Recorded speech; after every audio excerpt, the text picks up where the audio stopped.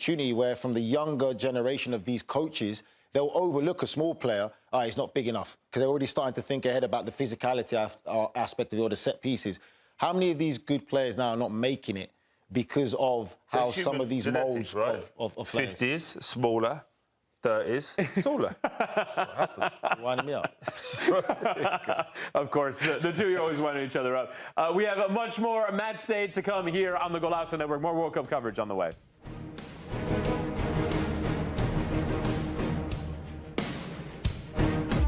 At the start of every year, I find myself wondering again, constantly questioning life's mysteries.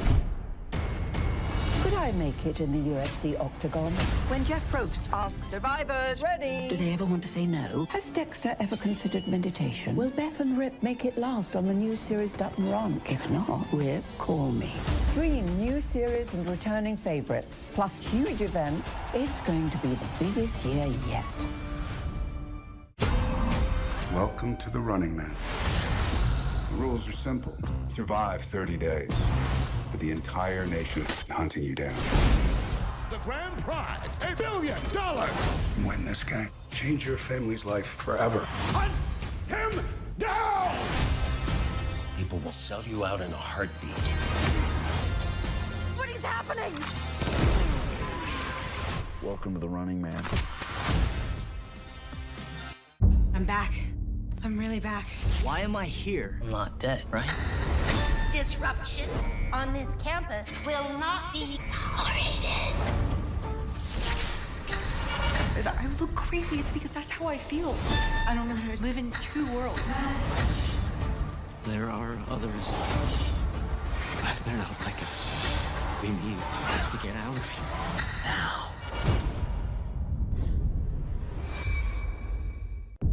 Open your eyes. Paramount Plus has a mountain of movies. Wow. New movies. Timeless movies.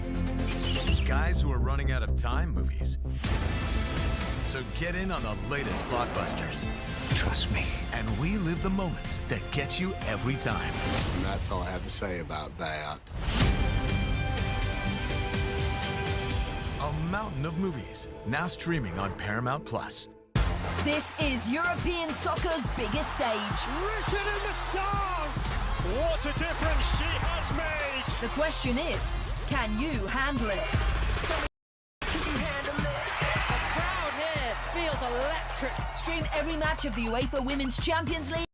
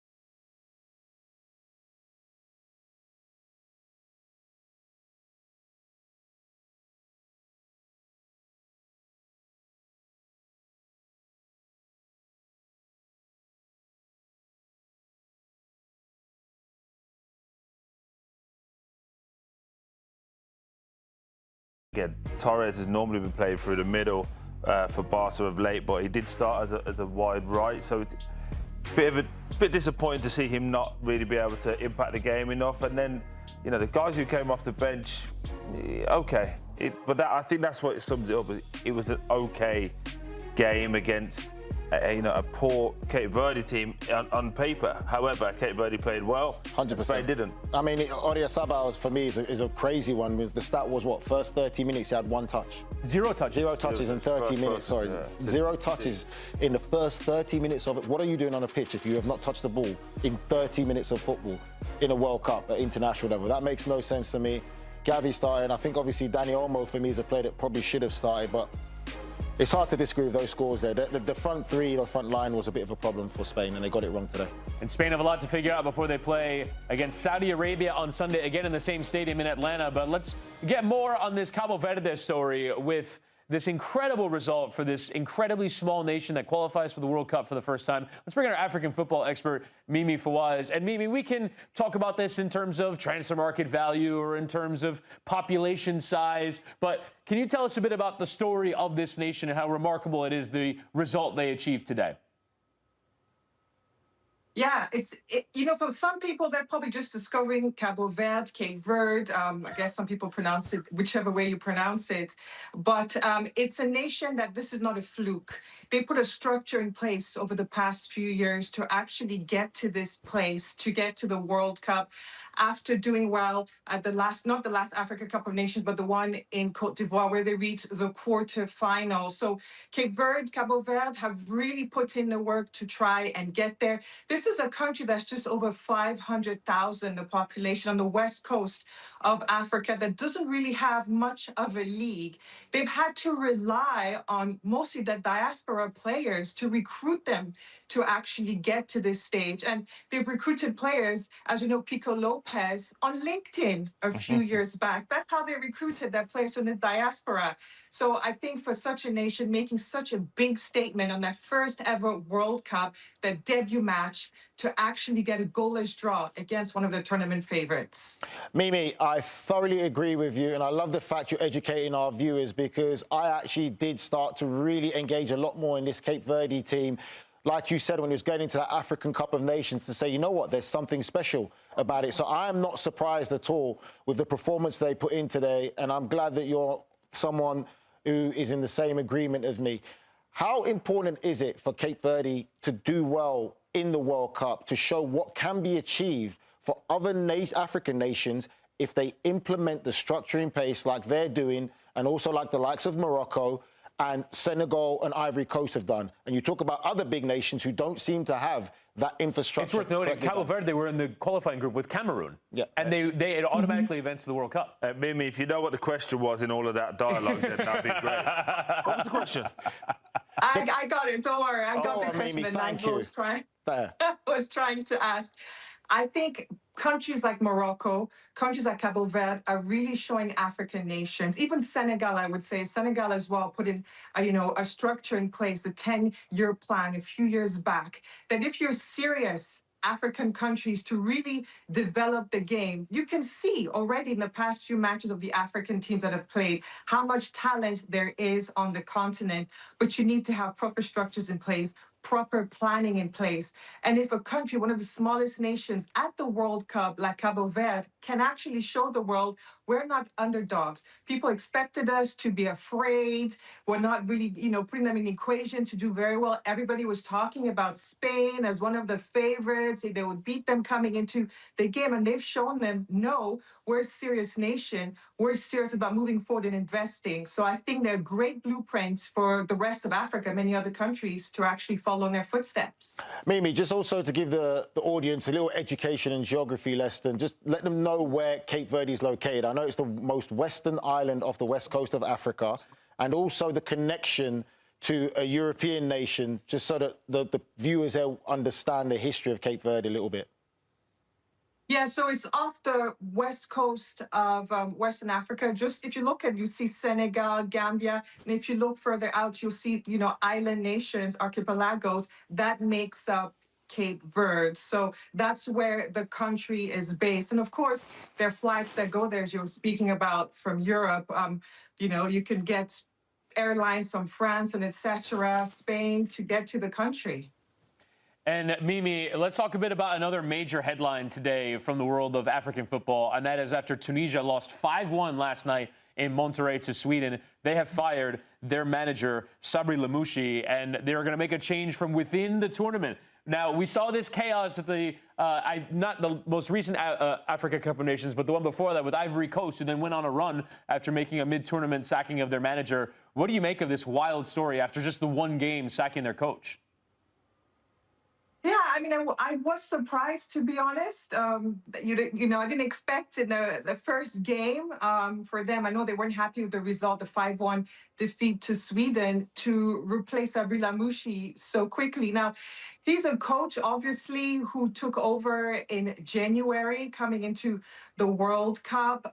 He's also a coach that's familiar with Africa. He's coached Cote d'Ivoire before, but it is a surprise. I mean, I think it just shows you that the Tunisian Football Federation are like, if we can't get those results, we're at the World Cup, you're going to go. We're not going to wait. And they were not impressed. But I think Tunisia, for me, coming into the competition, were not one of the strongest African teams when you look in terms of the teams that are going to go through. I personally did not bill Tunisia to go through to the next round. But that's not to say that there cannot be surprises in the World Cup. People were talking about Cote d'Ivoire, Senegal, and Morocco coming into this competition. Tunisia were not one of the countries that was slated on that bill. Yeah, just one of the things I was reading a little bit earlier was suggesting that there was some arguments beforehand with the organisation and the federation and the manager. To me, it seems a little bit counterintuitive to get rid of him now. You're better off letting him kind of embarrass himself over the 3 games, then making a change, right? Or making the change before you've even got here, because this just had so much chaos to the players now. Because if a new manager comes in or a new coach comes in, could be new style, could be new training methodologies, and you've got 2 games to try and save your World Cup. It just seems like Tunisia have kind of shot themselves in the foot here. Well, I guess some people think you can do an Emirates Faye, as we saw during the Africa Cup of Nations, you know, that was held in the country Cote d'Ivoire, where they replaced their coach in the group stages. And we saw they went on to win the competition. So I guess for Tunisia, maybe they felt the result just wasn't good enough for them. The performance wasn't good enough for them. They weren't going to gamble to see how the next few games are going to go. As you said, that possibly causes some instability within the team. But I guess the federation felt from what they saw, they just saw enough, that they just didn't feel that they had faith in him to carry on for the rest of the tournament. Mimi Fouad is our African football expert. A couple of big stories already in this World Cup surrounding the African nations. Cabo Verde getting the result. Tunisia already firing their coach. Thank you so much for joining us. Thank you. Now, coming up next, we're looking ahead to the 3 o'clock kickoff in the World Cup between Belgium and Egypt. That's next.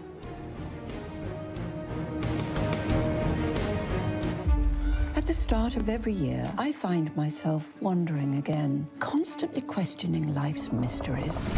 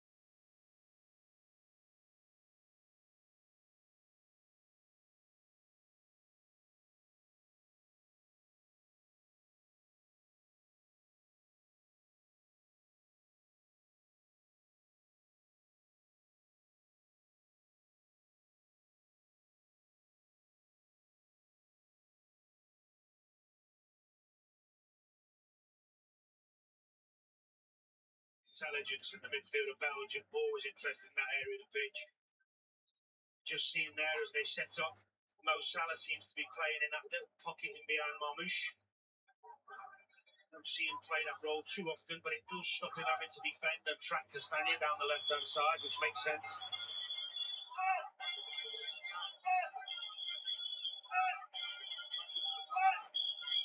This is Yasser Ibrahim, one of those 5 Al Ali players. There's another one, Hammy, the right back.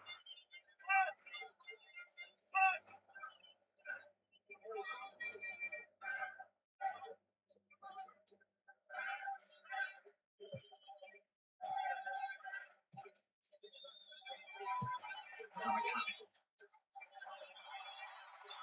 First test for Michaela against Zico.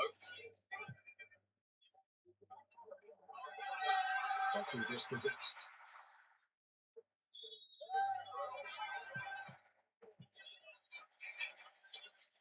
Just as he has at Manchester City, he's grown into an important player for Belgium, Jeremy Doku. He managed 19 minutes at the last World Cup.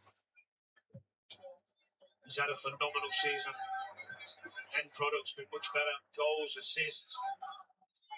People enjoy watching him play. Very, very confident at the moment.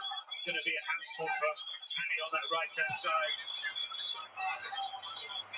That's for the Catalana to chase, and he's got that. The Atalanta striker, that didn't quite come off for him though.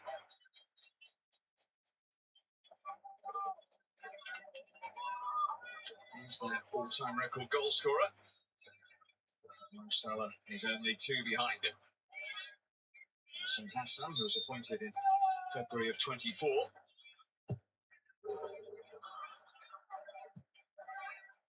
Fatu. Well, no one knows Salah's got the goal. Got the ball. Huge red from every Egypt fan. Looking for a free kick that wasn't given. No, that was enormous. That didn't reach Salah. And Goy in the way.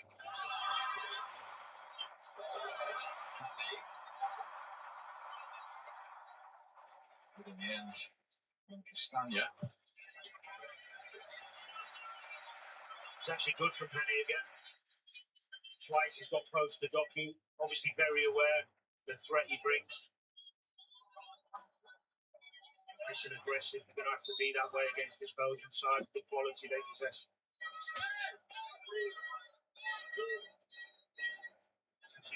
A mix of youth and experience now. There's still 4 players with 100 or more caps in the squad, Belgium.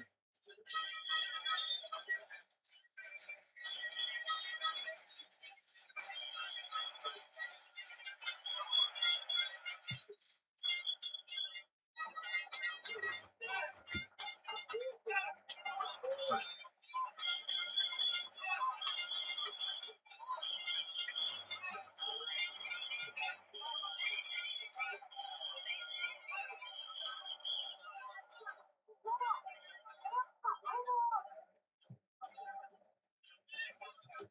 It's come up by Castagna. Now Doku. He didn't want to win the first challenge. Given away though by that.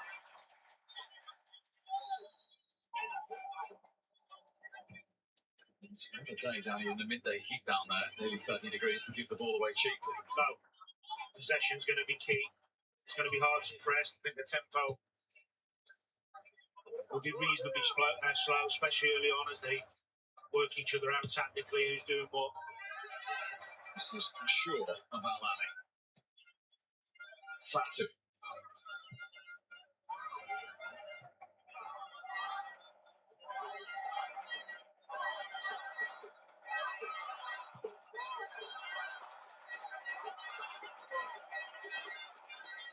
Ibrahim. Penny into Salah.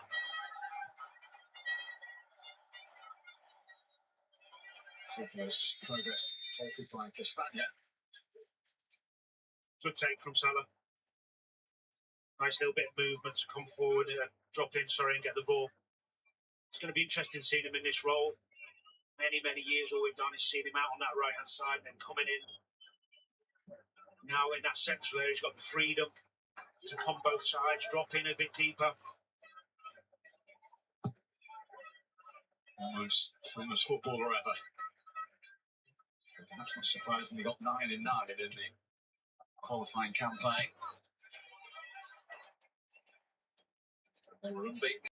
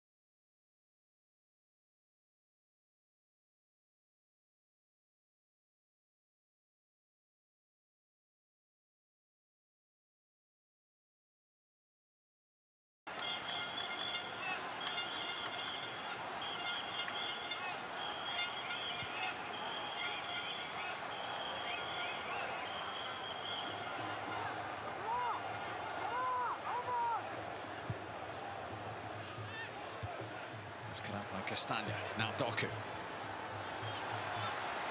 He did well to ride the first challenge. Given away though by Anana.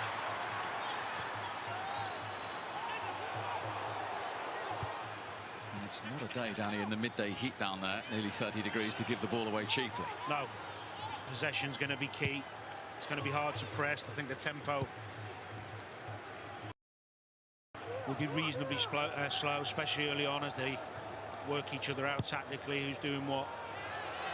This is Ashur of Al Ali. Fatu.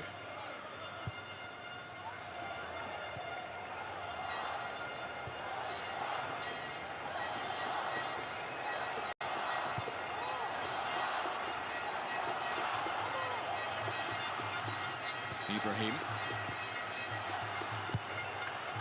Hani into Salah.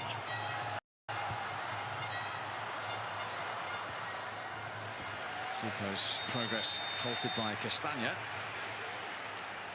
Good take from Salah. Nice little bit of movement to come forward, drop in, and get the ball. It's going to be interesting seeing him in this role. Many years all we've done is seen him out on that right-hand side and then coming in. Now in that central area, he's got the freedom to come both sides, drop in a bit deeper. The most famous footballer ever. Who perhaps not surprisingly got 9 in 9 in the qualifying campaign, where they were unbeaten. Here's Trossard for Belgium. Trossard for Belgium. Gets it back from De Bruyne. Excellent block there from Lachine.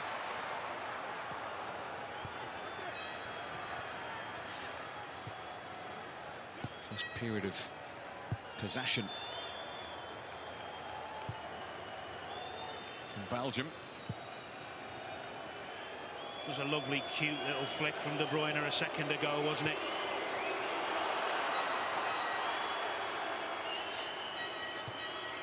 Here's De Bruyne, sight of goal.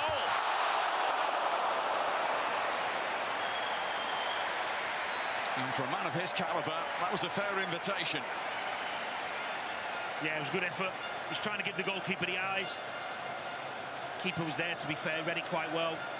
Don't want to be leaving De Bruyne with that much space on the edge of the box, but it was him that started that move with the little give and go with Trossard. That intelligence he's got.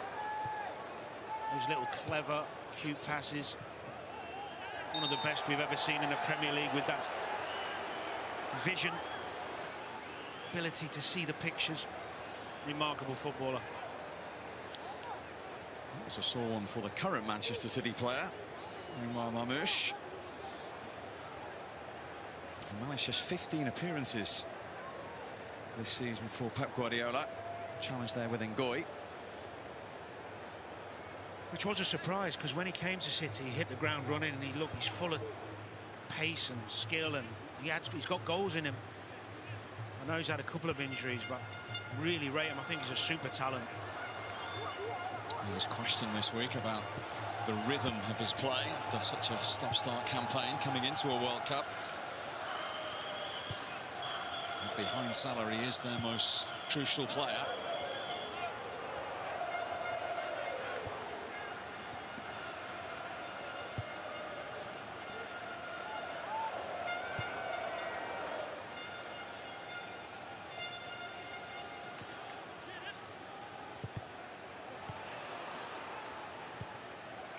Forward from Matia. Now Onana. Late challenge on him. The all Aston Villa combination in midfield for Belgium. Yeah, it's a nice blend, those two. Both got different qualities and strengths, but together a real powerful force. Right Salah. decision, yeah. Accidental, nothing too sinister in that.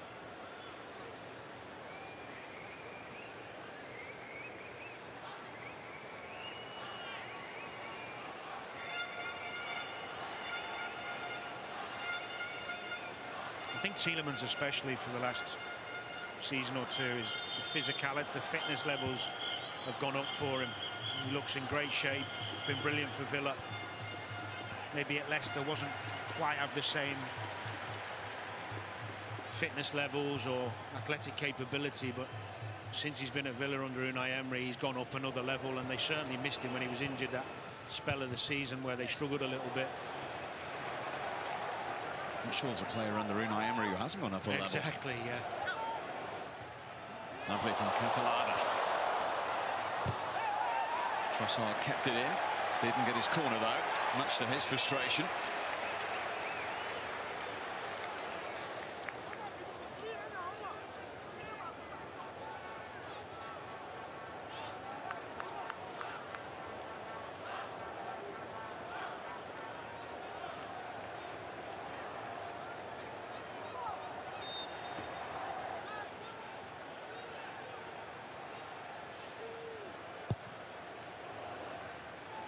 One from Show by the goalkeeper, one by Ashur. Neatly done from Marmoush. Zico. Hani on the overlap. Didn't come to Ashur. It's cleared by Meunier. Doku.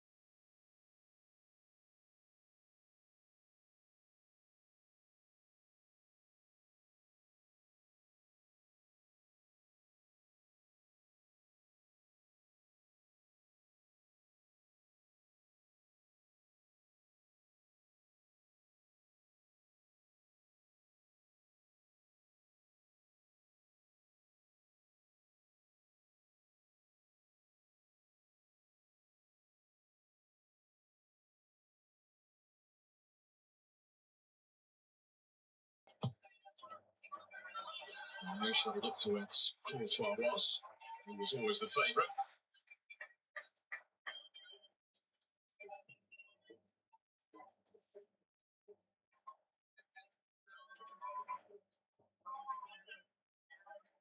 De Bruyne. Ross, always the favourite. Quickly taken by De Bruyne. Another fair challenge on Doku. He started really well, hasn't he? Doku felt that one. Yeah, he looks really athletic, really up for it. You can have a good 20 minutes or half an hour even, and then he keeps going. Oh, yes. Just caught him on a follow through with the left leg.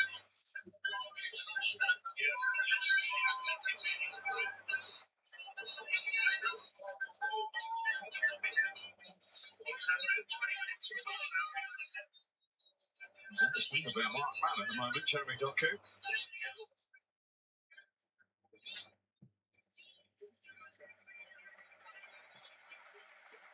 I mean, he's really the only one of the front four, if you like, who has that blistering pace and dynamism. The rest are all more clever players compared to the two up top for Egypt, who've got that bit more pace about them. So if you can nullify it, does make life easier for this Egyptian backman. Coincidentally, they've kept clean sheets in 4 of their last 5 games.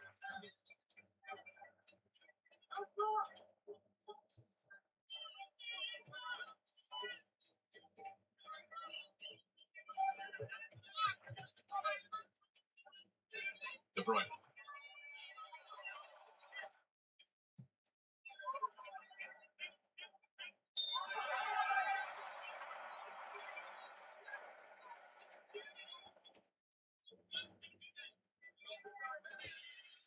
David, like, give your kids a bath and put them to bed and a thing. What?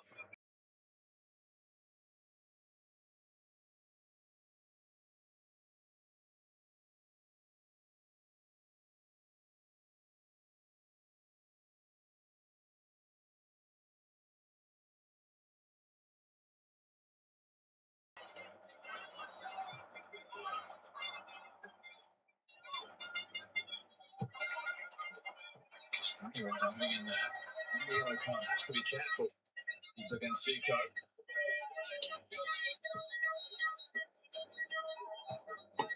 Trossard.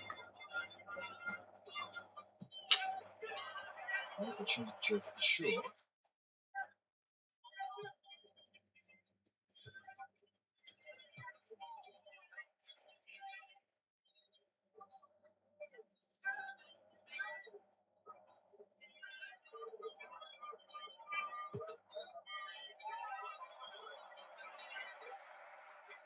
Defending again, that's him from Fatty for Egypt. He read it well, Fatty, because De Bruyne saw the run. Always looking to be progressive with his passing, looking to make things happen. Just makes the game look so easy.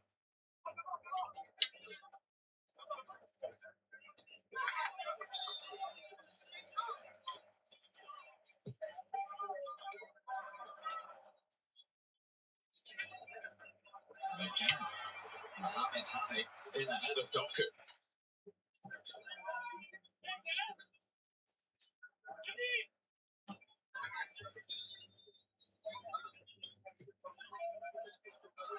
Salah. This is Ashur. Wow. My goodness. My goodness, Egypt. Egypt.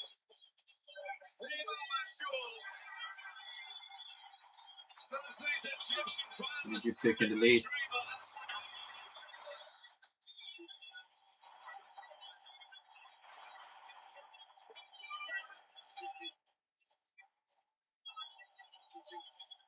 And the 7 times AFCON champions have the lead. Well, this is a wonderful strike. He's drifted in off that left-hand side. But still, you're up against the best goalkeeper in the world. And he's found a bottom corner beautifully. Tiny little bit of bend on it. Got the pace as well. Exquisite finish. It's the pace of the ball, pace of the strike. He's drifted in off that left-hand side, and Meunier didn't go with it. It's his 30th cap in. It's his first goal.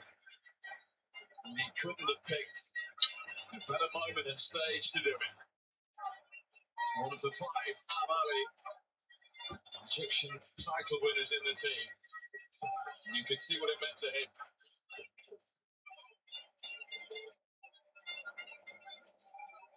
Egypt, who've never ever won a World Cup match, are in front against Belgium. It's a great start for them. It's new territory. They've only ever led in a World Cup ever for 29 minutes. Let's see how long they lead in this one. It's good again from Salah. Nice and reliable in the build-up just before the goal. I know it was a simple pass, but his touch looks tight. He looks like he's fit.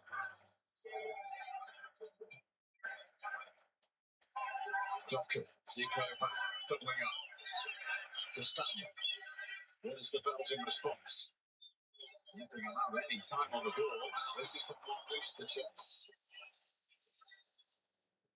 Play from Ngoy. Let's get the Belgian foul this time from Nicola.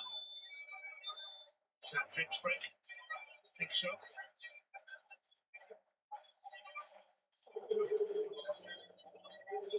So, Egypt leading in the first hydration break. And it is their fans you can hear in this stadium, predominantly at the moment.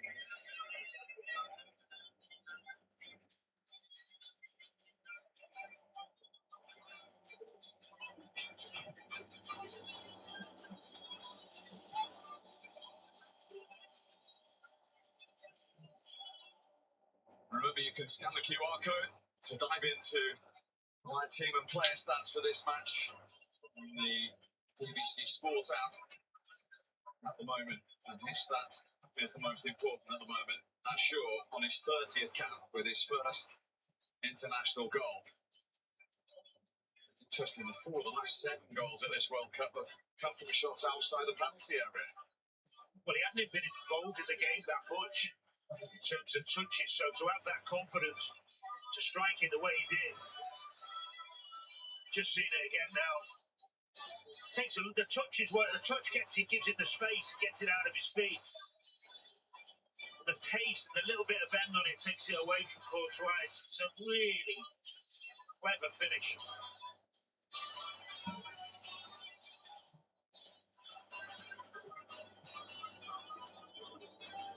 He's enjoying the moment. Look, why not?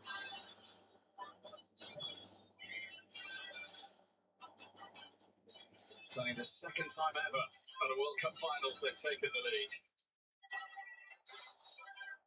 That was back in 2018, ended up losing to Saudi Arabia. Remember, the other 2 teams in this group are Iran and New Zealand, and they meet later on BBC One, back in Los Angeles. And tomorrow from 7:30, many people's favourites, France, open up against Senegal on BBC One. And a reminder as well, highlights of every single match available to you throughout this World Cup on iPlayer.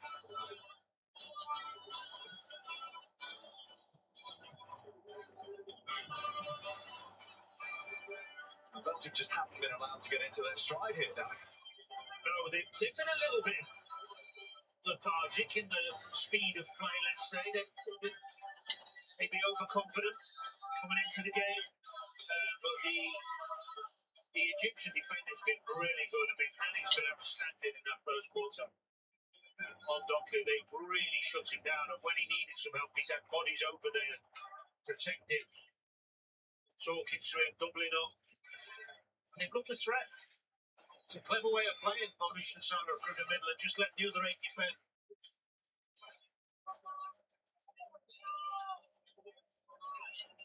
I think the Belgian manager, Rudy Garcia, will have had a little word with them there just to step it up a little bit. I'd like to see a little bit more from Tina and Banana getting on the ball and dictating play, but they haven't really been able to do that yet. Here is the aforementioned Hanni. It's a Belgian throw.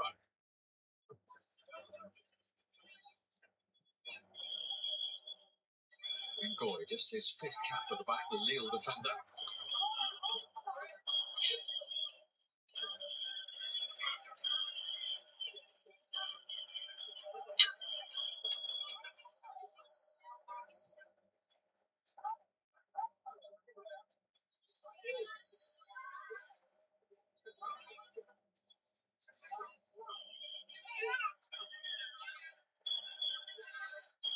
Egypt very well organised out of possession as well.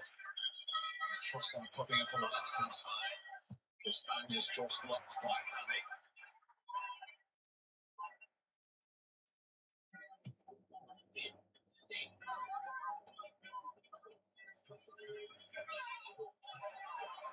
Nathaniel Tielemans. Much to Belgium's frustration. Trossard.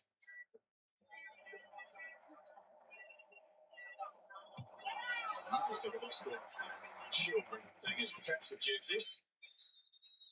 Really good from ashore, but De Bruyne probing again. It's the one little problem Egypt will have when you're playing a middle, 4 in the middle, I should say, 2 central midfielders, and they've got 3. De Bruyne popping in behind you at the pockets, over your left shoulder, over your right shoulder. Constant communication needed from the Egyptian midfielders to try and stop those spaces. Hard work.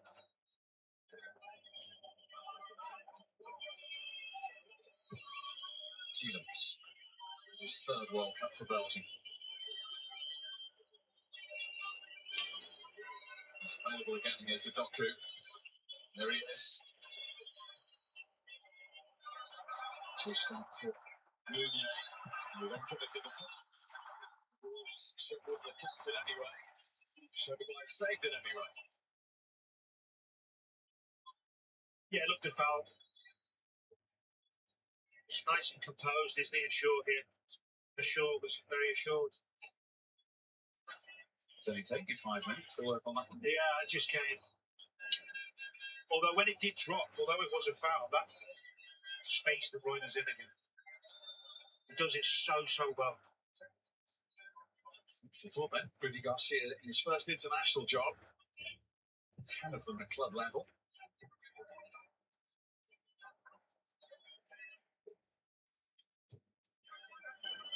Ibrahim's help now and Nana for Belgium.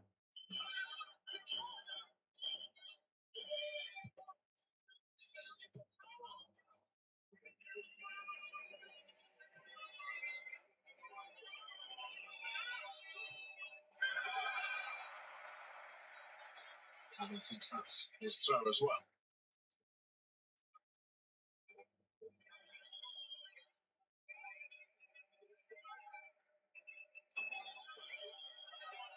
Well, there is again. Not sure what he's had for breakfast, but I wish I'd have had some because he looks full of energy.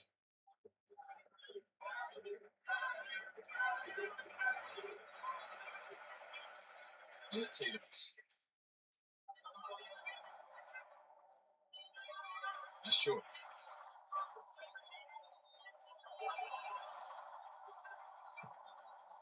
Into Tielemans in the end.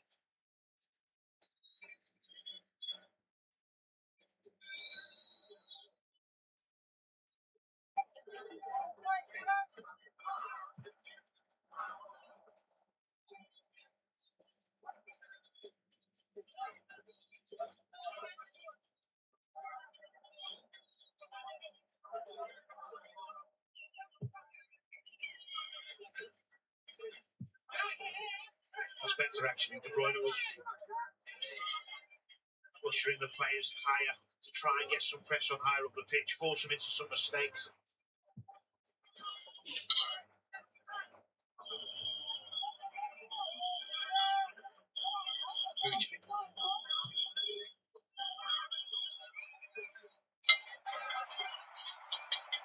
With a slightly challenge.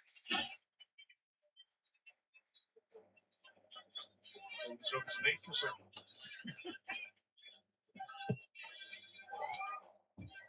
I've got you in the gym a couple of times. Yeah. Already. Yeah, and I'm suffering as well.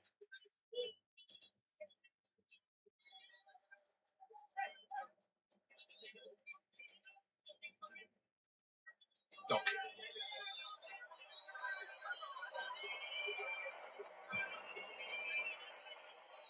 Castanya's cross. Thielen with a little flick. So you get your notice there when Doku's got the ball. Zico's doing a great job doubling up. And then when it does come back, Castanya's got the opportunity. I don't think Egypt will mind too much if Belgium are putting in crosses that deep. It's the lesser of two evils when you're defending such a dynamic winger. Let it go back and let the full-back cross it from deeper, and they should be able to manage that. Well, we know they're comfortable defending. They enjoy it.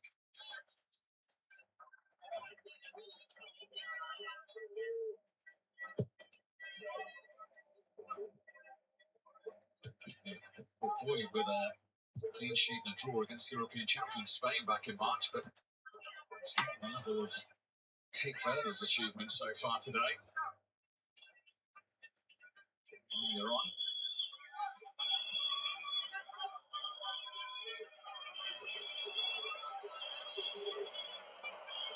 Doku.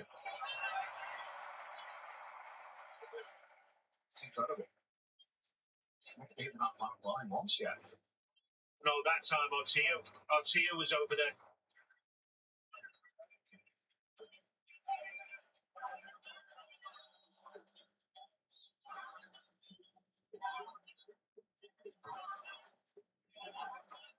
Trossard. Now De Bruyne. Just wasn't allowed that shooting opportunity.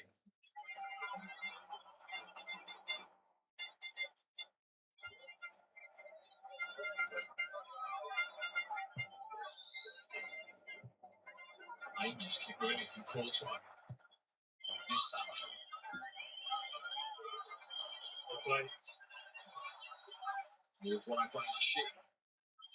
Zico. Good try. Well, he's only played twice for Egypt. He's got 2 goals already, and he had the confidence to have a go there. Cheeky little left foot, wasn't it? Great strike. What a good save as well. Only just got his fingertips there. He must be, what, 6'6"?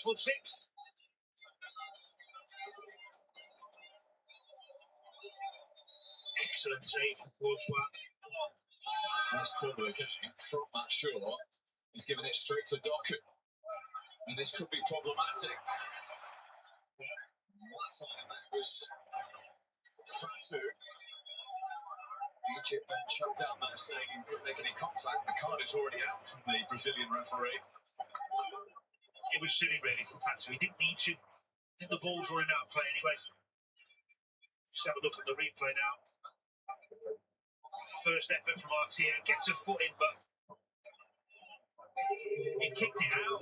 Doku had already kicked it out, so wasted yellow really.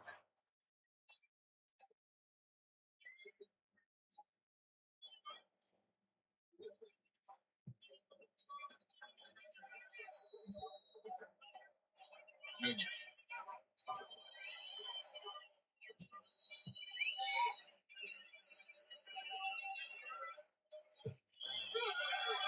So Doku and Trossard have switched wings. And Doku's now going to try his luck at Fatu on that yellow card. Yeah, good idea. It's not getting any change out of Hani. I'd like to see a bit more from Ketelada. He's very static. Sometimes if he drops in a little bit, maybe spins behind, it's easy to mark for them at the moment.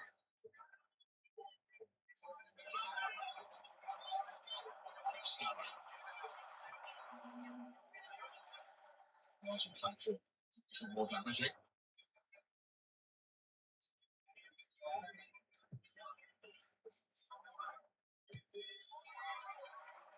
Zico. Egypt throw.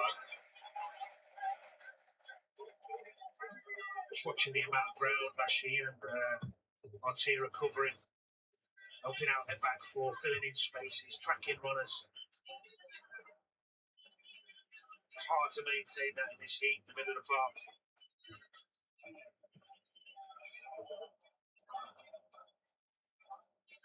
So just on that, this was listed as the coolest city in the World Cup. And apparently, Yesterday and today is the hottest it's been in Seattle for 30 years. So you always bring the sunshine, Daniel. Try wherever you travel. Beautiful city, though. Really impressed. Stadium's wonderful. Nice to see another full capacity. We were fortunate, of course, to be at the opening America game, which was amazing. Although there's no Decor cruise here, I don't think. So have to make do with me and you. The eating is tearless.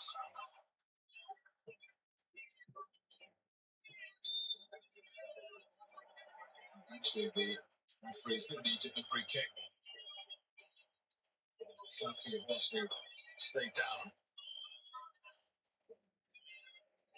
Ooh. Yeah, did catch him. I don't think he meant to, but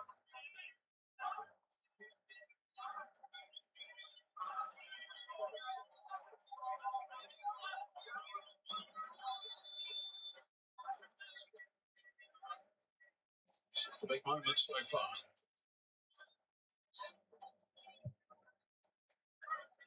just a brilliant finish. Caught on to get that right.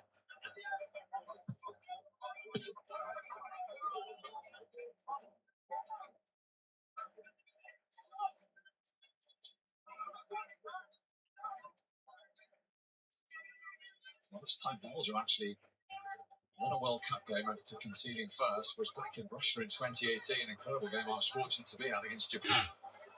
Ever since, they haven't managed to win. Even conceded that first goal. They've had plenty of territory since. Here's Trossard. And now, his footsteps took him wide. Lifted in by De Bruyne. Doku. Completely skipped Trossard. And Goina.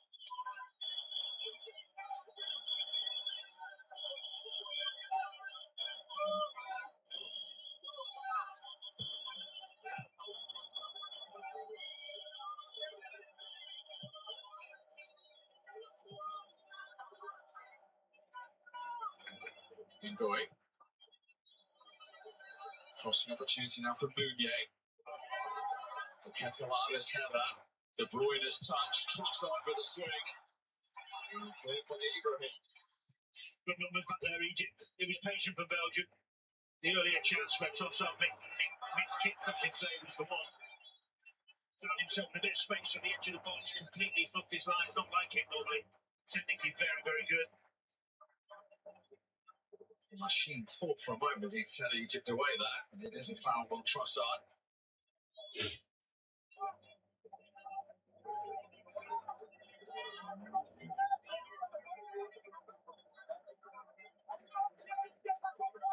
This was the second chance. Hard one behind him on his left foot, can't get the pace on the accuracy with that, but the one before was the better chance. Castagna, early delivery. Watched by Fatu. Lovely touch from Ashur.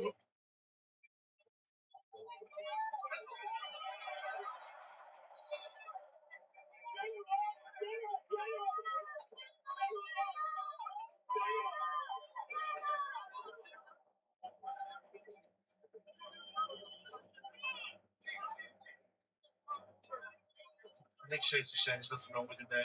He'll be fine. Get on with it.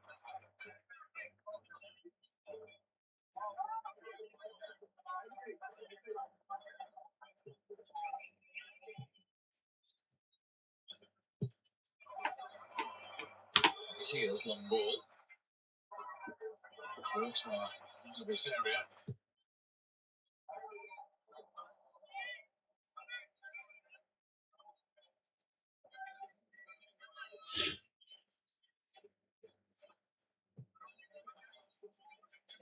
De Bruyne trying to search out Trossard. Mohamed Hani in the way again.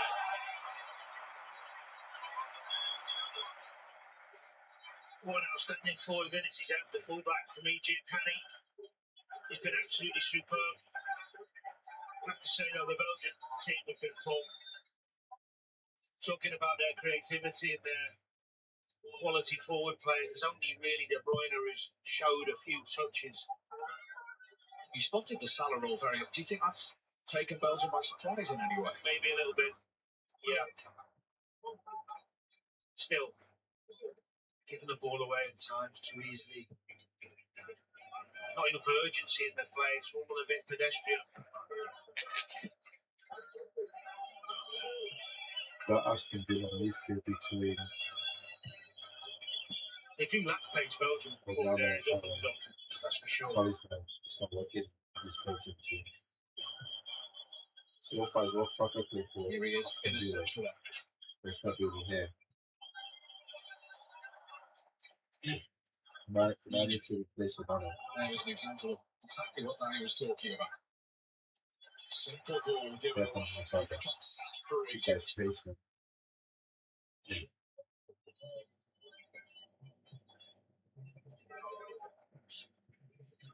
They've looked sharp. Salah and Mamouche, they've looked really sharp.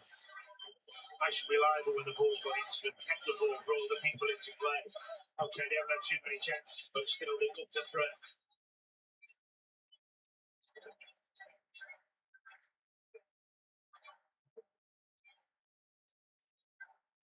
De Bruyne opening his arms just to say, "Can you give me an option?" 55% possession for Belgium. Trossard. De Bruyne that one way. Oh. He's around the Catalan. And sure. Unlucky. I did the hard bit, took his man on lovely, wasn't a difficult pass, had to go high. Don't feel.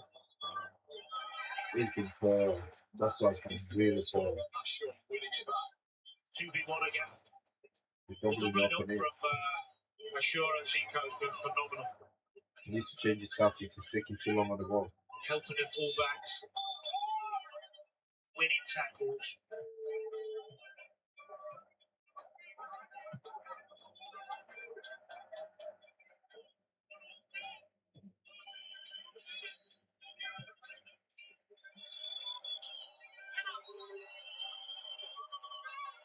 The Catalan.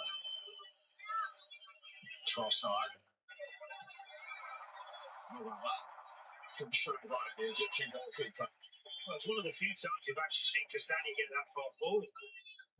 Neither fullbacks really caused them Egypt a problem by coming to try and make some overlaps or get good position. She's pretty well. Very good. Moves. Any time on the ball at all. Losing possession. Yeah, Here's comes Ashura. Egypt. If they get second goal now, they win. Tia. Run into that space. Final minute of normal time at the end of the first half here in Seattle. And again.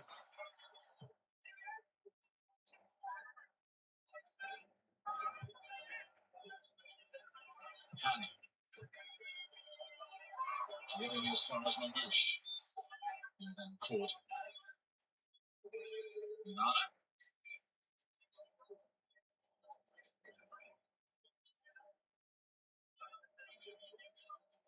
Yep, just caught it down top of the foot. Right decision from the Took referee. him out. Took Onana out.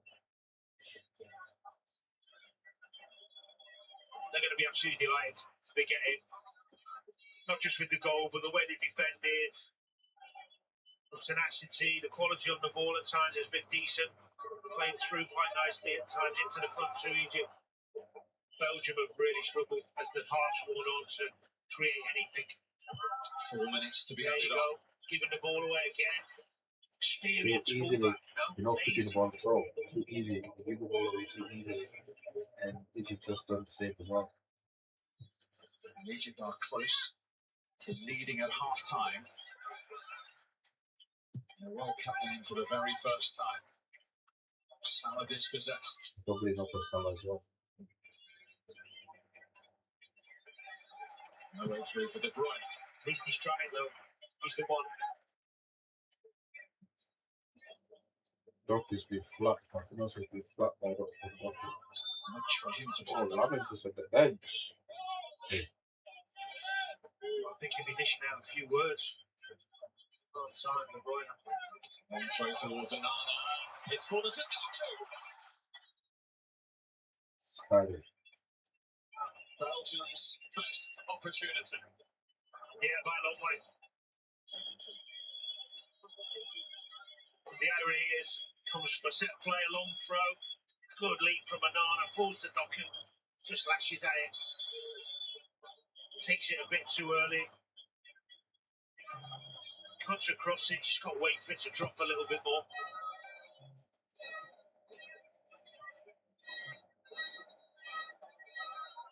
His wait for a major tournament goal goes on. Kind of sums his first half up a little bit. We've seen him be brilliant this season. This first half he struggled. Partly to the brilliant defending of Egypt, of course, but he hasn't had the impact on the game we expected.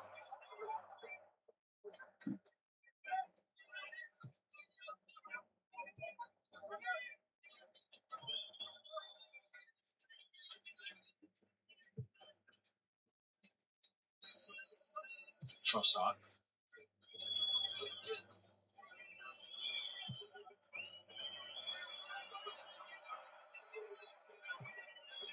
De Bruyne. The best ball there. Egypt free kick.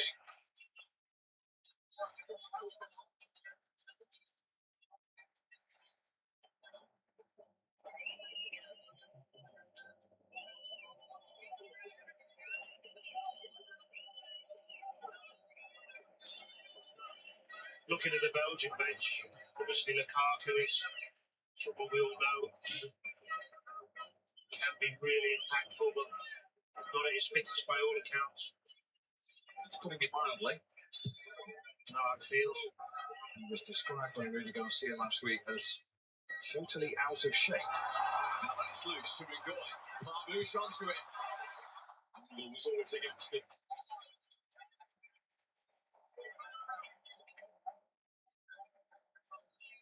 It's a long ball, isn't it? It's another sloppy error. Meunier with the block from the quick corner. 40 seconds of stoppage time. Concentration time here for Belgium.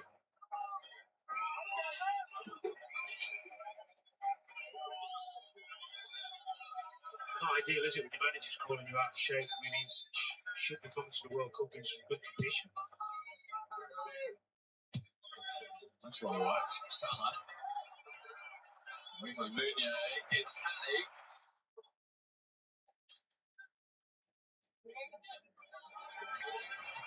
I should have been a flag by Nasser Ibrahim, so there will just be time for another Egypt corner.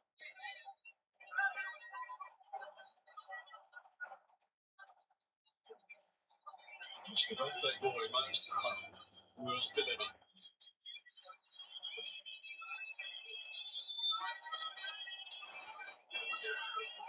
Courtois. And then Goy is able to clear. That's a shaky moment for the Belgian goalkeeper. Yeah, you expected Norman to come and gobble those up. Giant of a man, but he mistimes it completely. Just got away with it on the back throws, didn't he? Great half for Egypt. Deservedly in front. Because of Imam Ashur means Egypt lead at half-time for the first time in a World Cup match here in Seattle against Belgium by 1-0.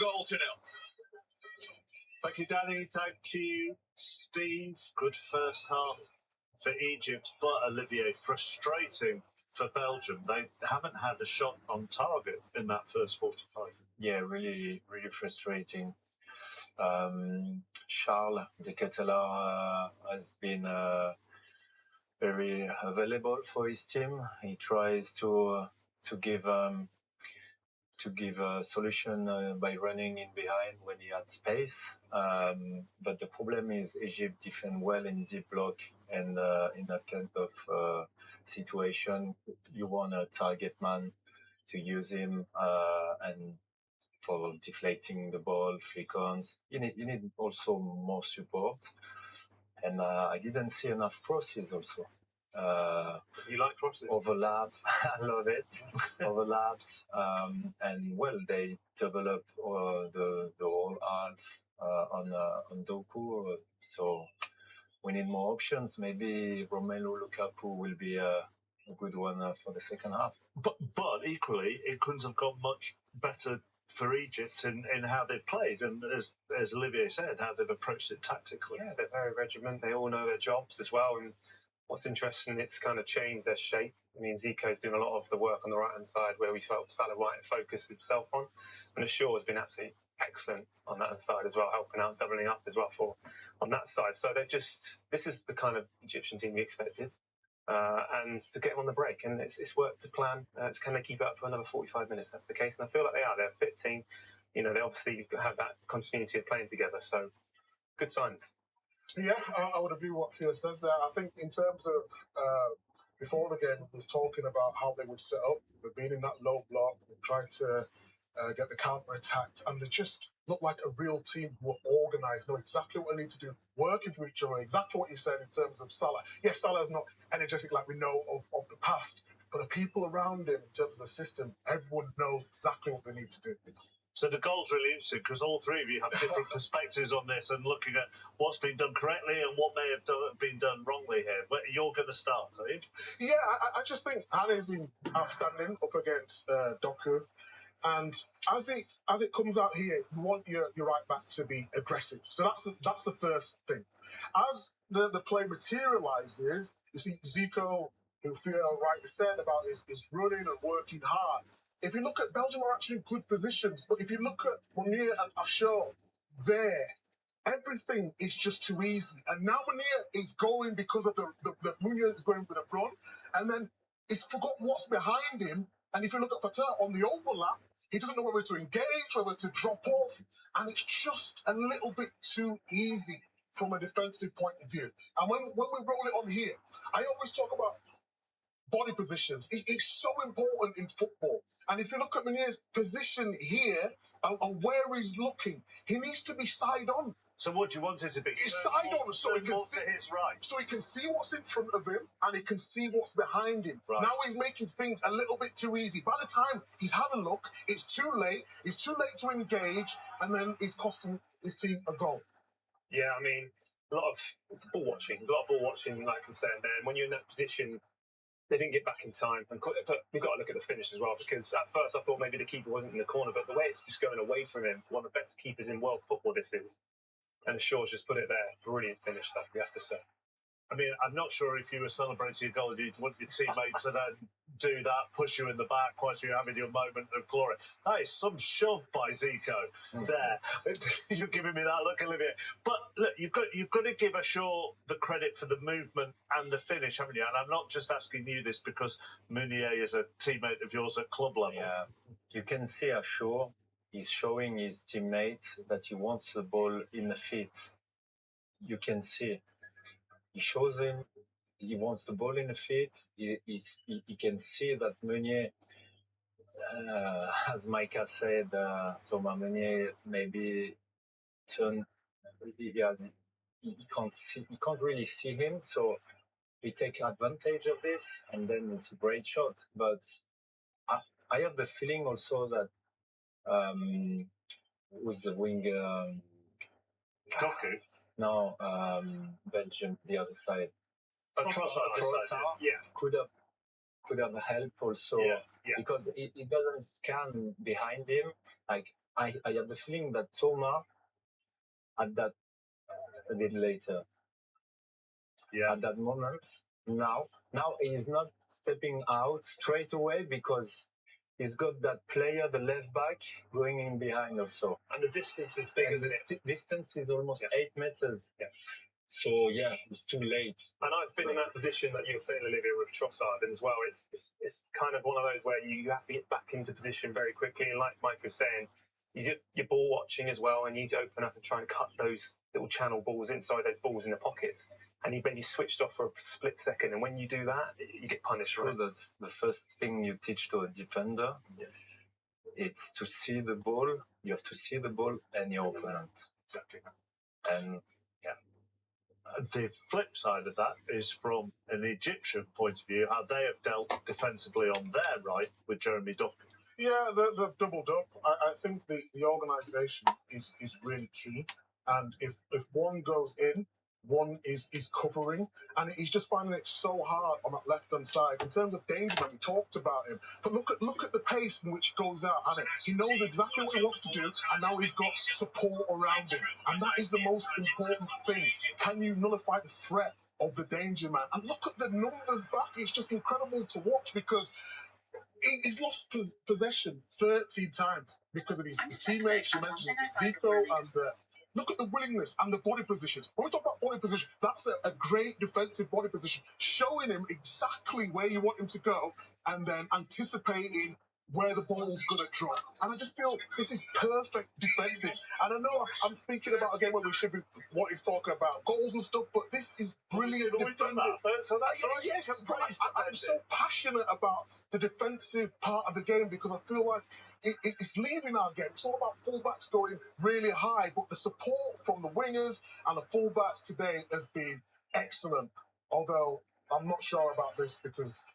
yeah, I mean, that's just clumping him, isn't it? You've done that before. But Hani, who you saw in the penultimate clip making the challenge, he's attempted 5 tackles, which is more than any other player in the game. So that shows how they have properly been on top of him. Yeah, it's one of those as well. He's going to have to change his game. We spoke about being predictable. Maybe just going behind, but just to create a bit more space for maybe Kevin De Bruyne to get a bit more involved in the game. Not always come to feet. Just change it up, mix it up a bit. And look at that stat, though. Yeah. High press 2%.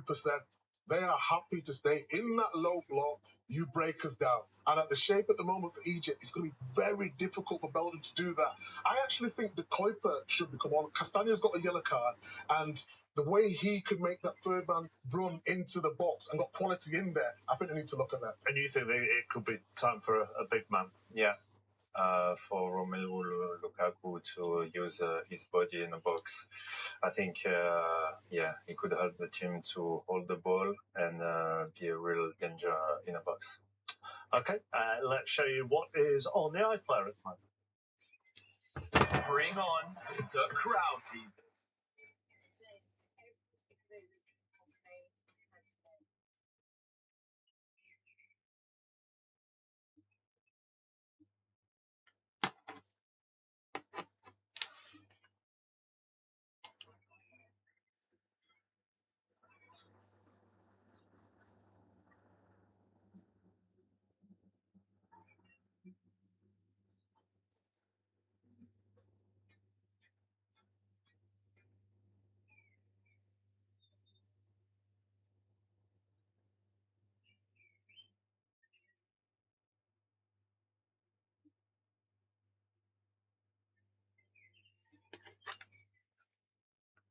Seminar coverage starts at that, and the Football Daily is available to download on Saturday.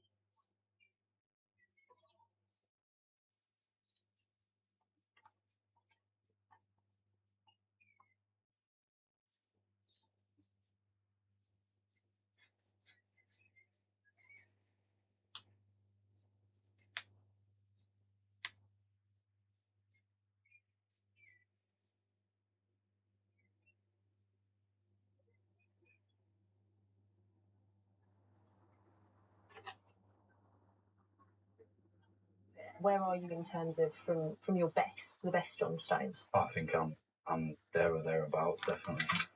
It's quite the turnaround, isn't it? Because I think you spoke at the end of 2025 that retirement had gone through your head. Everyone has tough times in their career. We can all compare ourselves to other people or different players, different eras, and think about how their journey was or how it could have been different. I'm a culprit of that, you know, why are these things happening to me? I really had to dig deep, and I'm proud of myself for being so mentally strong. I feel like one of my greatest achievements is to keep coming back from those setbacks. You're the last remaining defender from the back four that actually played against Croatia in 2018. How do you reflect on England's evolution and growth since then? Throughout that tournament was such a different feeling to where England are right now. The nation didn't believe. There was kind of a fear around England in tournaments, and I think throughout that tournament what I was most proud about was that us as players brought that love back to English football. From then on, we've been 2 finals, a semi-final in 2018, and our last World Cup we could have, you know, gone all the way in my opinion. But that's football. We've come such a long way and gone through a lot of things that will help us in this tournament.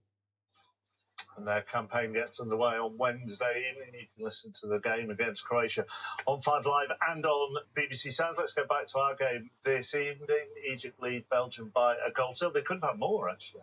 They could have had more, and it's, you know, it was the game plan. But Zico, who was, you know, Mike was referencing on the right hand side, and it's like a snapshot, but it catches Courtois, you know, really late. It's an incredible save, just fingertips it to the side, but brilliant stop. You know, I think he would have been disappointed from that. And then this right at the end where, you know, it could have gone anywhere and you expect to really be commanding that area. Zico again, it's a great opportunity, and they're just going to need another one of these, and then it could take the game away from Belgium. But Belgium need to be different this half. They have to be. They have to be stronger and a bit more aggressive.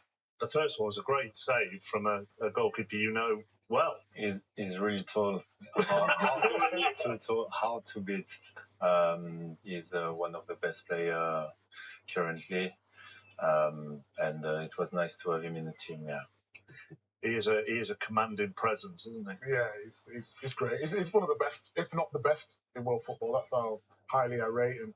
It's just going to be interesting to see how the game pans out now. You're a striker there, Olivier. Come on, tell us how you get back into the game if you're Belgium. But, first of all, I think Egypt will still be a threat.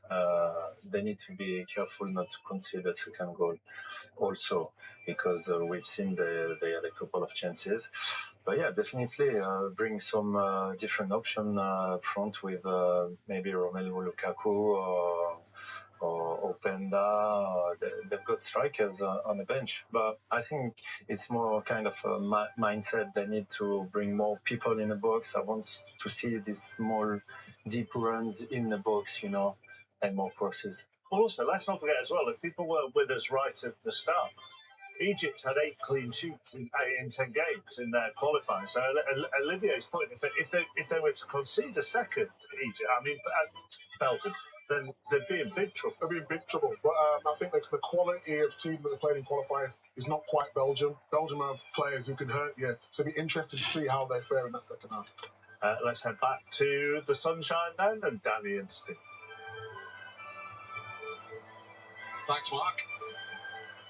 Belgium out first. That's the man that Egypt have kept so quiet in the first half. And remember, if you're watching any of the World Cup matches live or enjoying the highlights on BBC iPlayer, don't forget you do need a TV licence. You can scan the QR code now that's up on your screen there to buy. Here.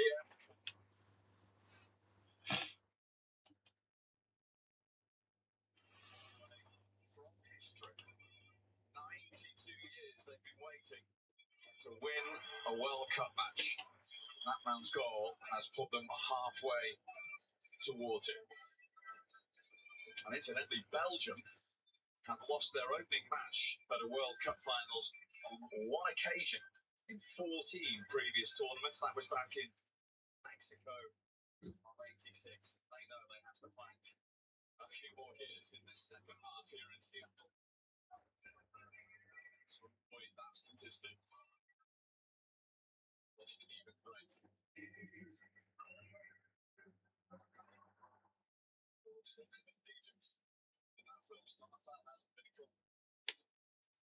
They've given their supporters plenty to feed off. No changes from either manager at half time. It will be Egypt leading by a goal to nil to get us underway in the second half. We're actually the first African nation to compete at a World Cup back in 1934. Amazingly, still haven't tasted that winning feat. His first experience of the World Cup does not want to be a losing one. Well, it looks like early on the second half there's not a change of personnel, but they've certainly changed positions. Looks like Doku's gone high up top. Ketelada out to the right. Which makes sense to me because Doku will give them that ability to run in behind and play some longer balls instead of the slow build-up and the easier to defend against play.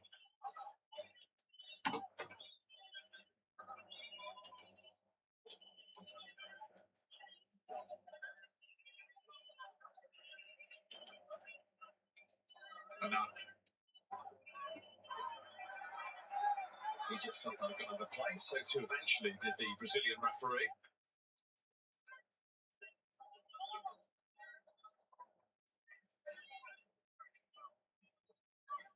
Way through on that occasion for Zico. Doku fouled.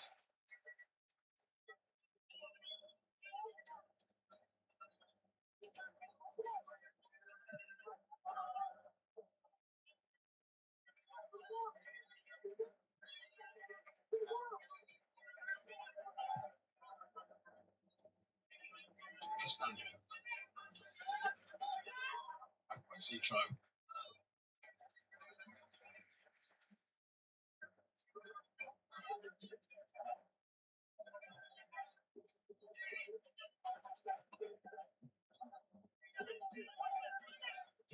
Give my trust on. Is the latest not going to be time for Fanny. Doku's appeal. Influencing the official's decision. Does seem a little bit strange to stick Ketelada out on the right when he is a forward player. He's not the quickest. Doesn't look like the type who's going to be able to beat fullbacks with pace or any dynamism. He's assured. Nice kick from Zico. Marmoush with the shot blocked. From Makula. Just for a split second, they have a sight of goal there, Egypt. A good one as well for Zico. Just rushed it.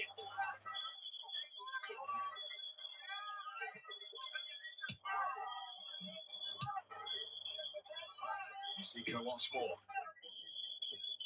Couldn't keep it in on that occasion. It's a lovely figure, Zico. This was it, Danny. Yeah, it's a good run, isn't it? And then it's on his weaker foot, of course, but just behind him a little bit. Just lost his composure for a second. Good run from him in the first place. One thing about this Egypt side, great fitness levels, great work ethic, helping each other, filling spaces, close distances, all the things you need to defend well against good quality opposition. It's just how long they can keep those energy levels up.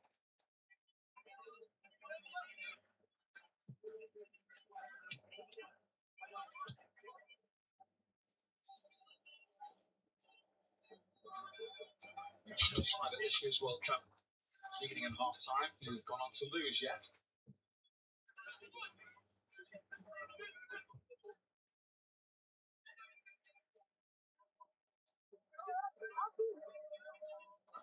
Shearer of Club Brugge. And good.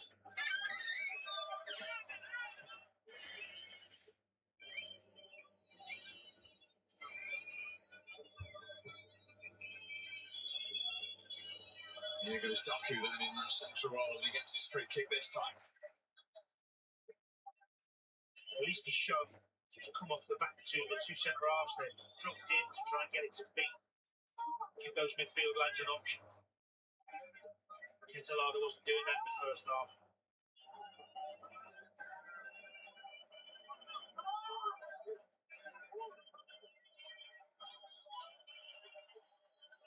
Doku, of course, had that one big chance for Belgium in the first half.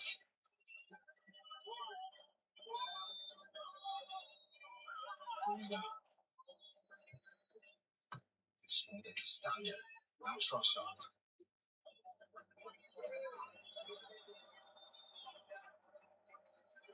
Brilliant.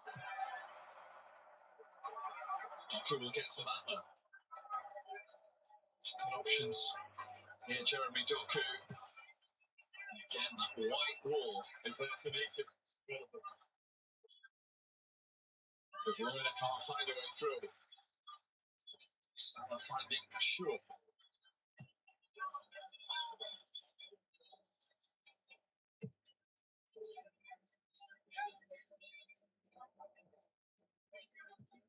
Tielemans. Free kick to Belgium.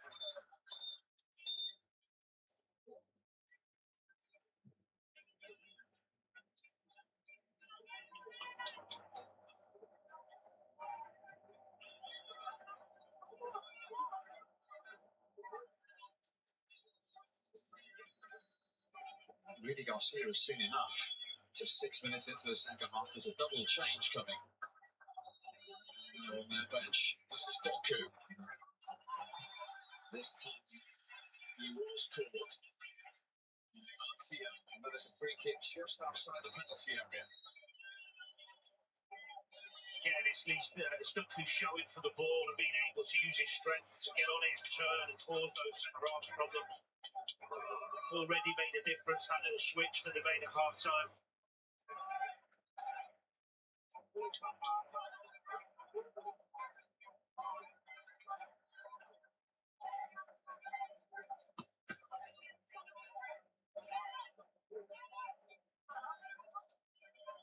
So a conversation takes place between Messrs Tielemans and De Bruyne. Over the years in the Premier League, we've seen both of them from this kind of range, but seniority prevails. Tielemans has walked away.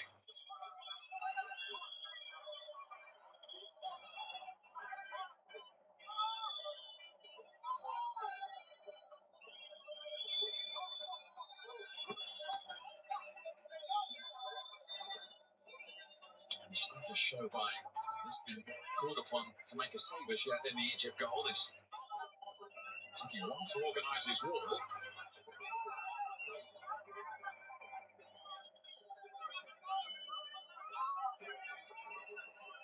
The draft excluder is down. Well, it was, but it's up now. Here comes De Bruyne!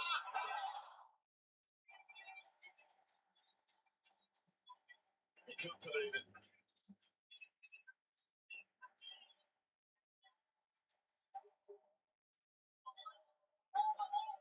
Good effort. Just on the outside. The keeper was near there, to be fair, but it was a decent effort from De Bruyne. Keeper went early. I think he would have got there even if it was inside the post. Maybe not. Super technique, isn't it, to get it up and down so quickly. Really difficult that. If anyone's going to get them back in the game, it's that man, that's for sure. Here's Marmouche at the other end, Salah to his left, which is exactly where he's gone. And he's picked out Zico. He just allowed Castagna to make the challenge. Good break, wasn't it? On those transitions, Marmouche and Salah, real threat. Salah picks out Zico. They thought maybe there he could just sit back and volley it, but he decided to take the touch. Really good play for Marmouche again initially, the link up. Fifth corner for Egypt. Salah takes it. Catalana heads it away to Trossard.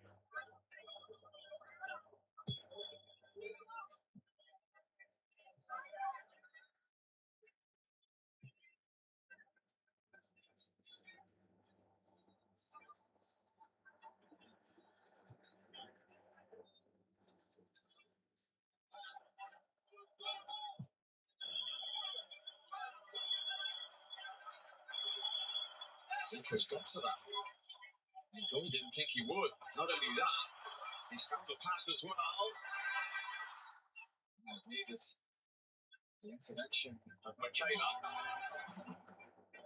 Got it clear though. Machine.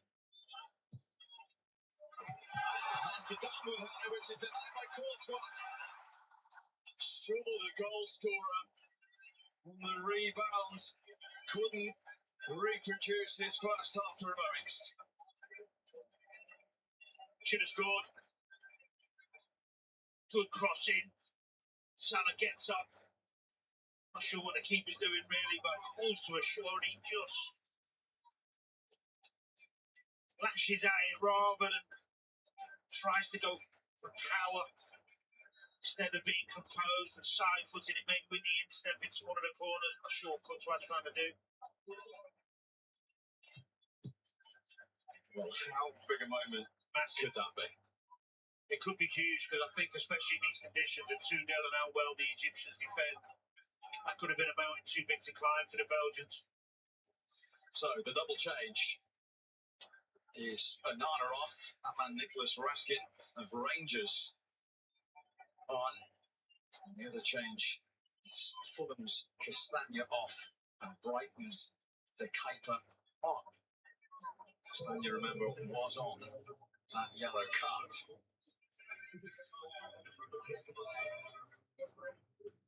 Onana was anonymous, really. Poor afternoon's work from him. Didn't impact the game at all. Couldn't get going. Give the ball away too often. It's Salah.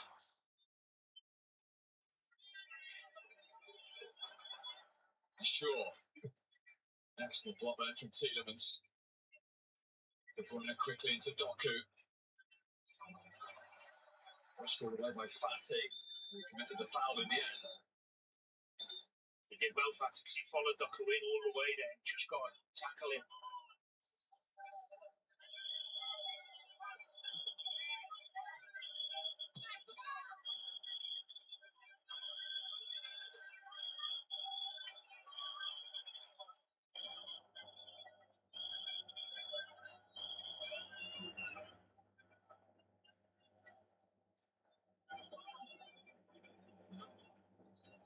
So this is Raskin.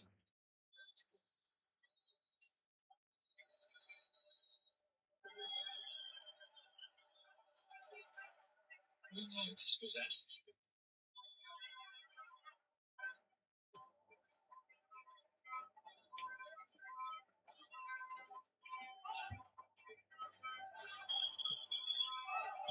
De Kuyper.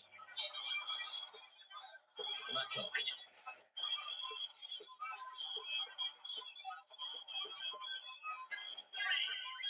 Catalana. All the way through yet again, but Belgium do get the throw.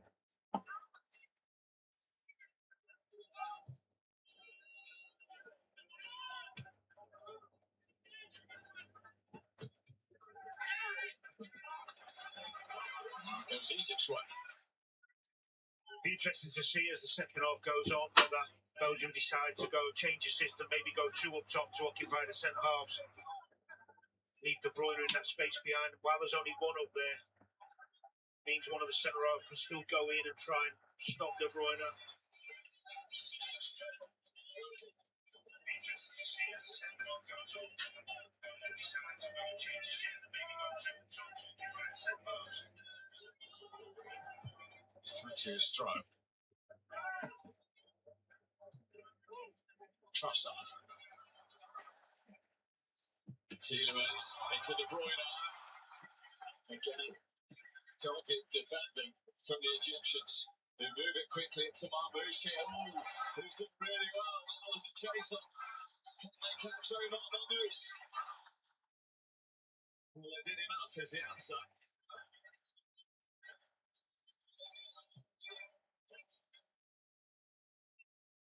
Brilliant.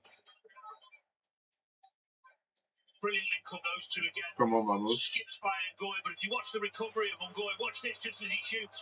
There's the right shoulder, the nudge into the right arm, nudge into the back. That's where he loses his balance. But it's been really nice to see the link up with Mo Salah and Marmoush. just about did enough there and going to recover from the initial mistake. This is the risk Belgium are going to take. The more the game goes on, the more they have to commit men forward. Team towards De Bruyne. What's the ball? Doku. He's trying to go through a very tight corridor there.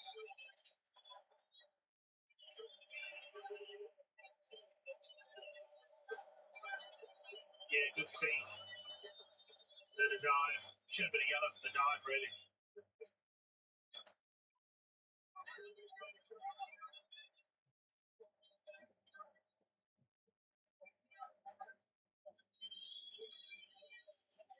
Catalan.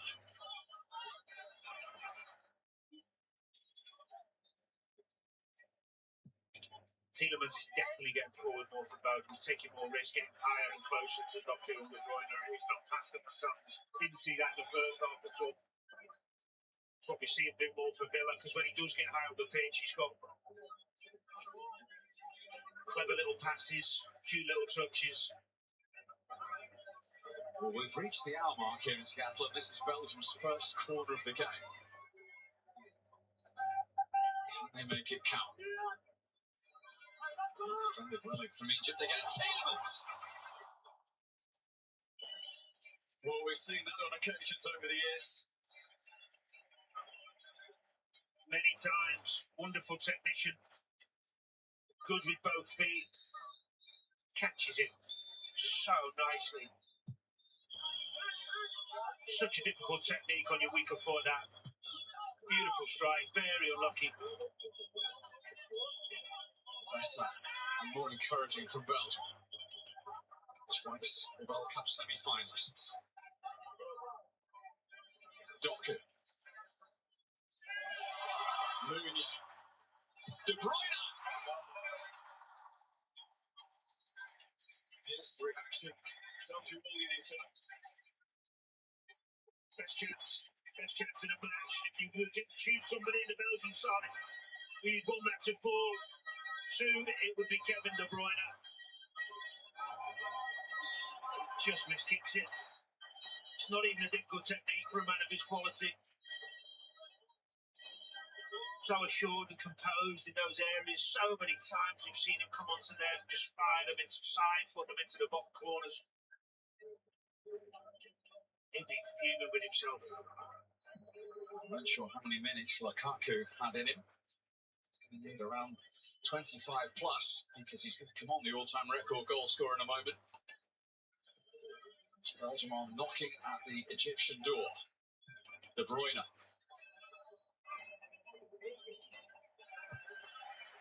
Off back to from the Belgian corner. It'd be interesting whether they bring Lukaku on to partner Doku or whether they put Lukaku on the right side. We've seen him do that before. Short corner to Doku. Lifted in by De Bruyne. Watched all the way by Sheva.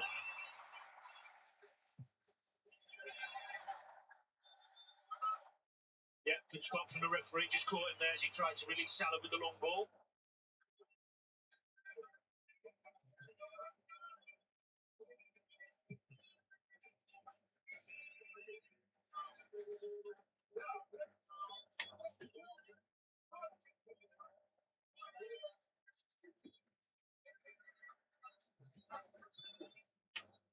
Effort from De Bruyne was Belgium's first on target in the game.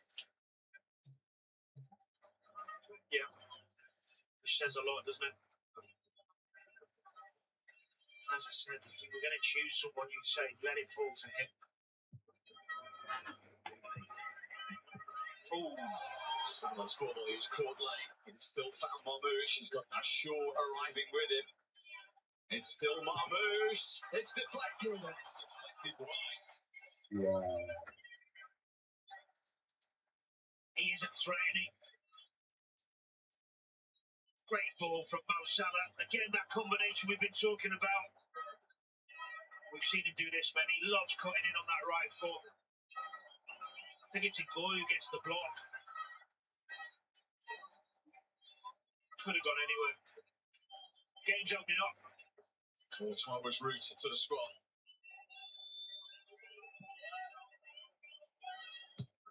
Salah's corner. And it goes again. This time the Catalana heads it away. Lachine.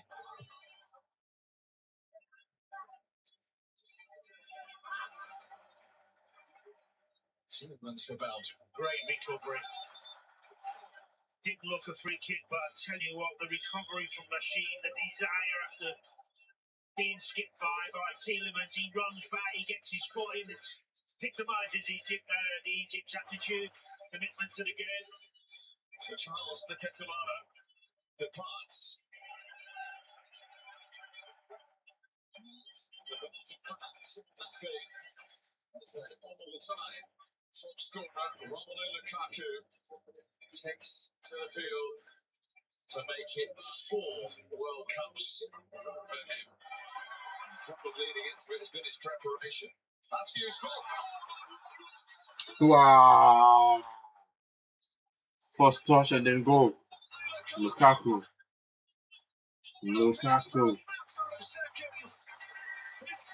Lukaku, first touch, goal. Oh my days.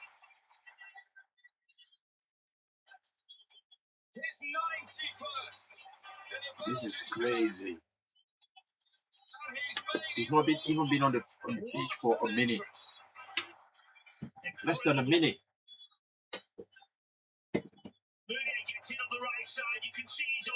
Less than a minute.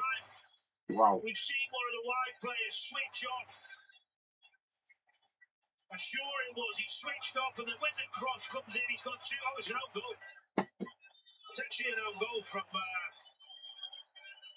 Hanny. Oh, own goal. It is.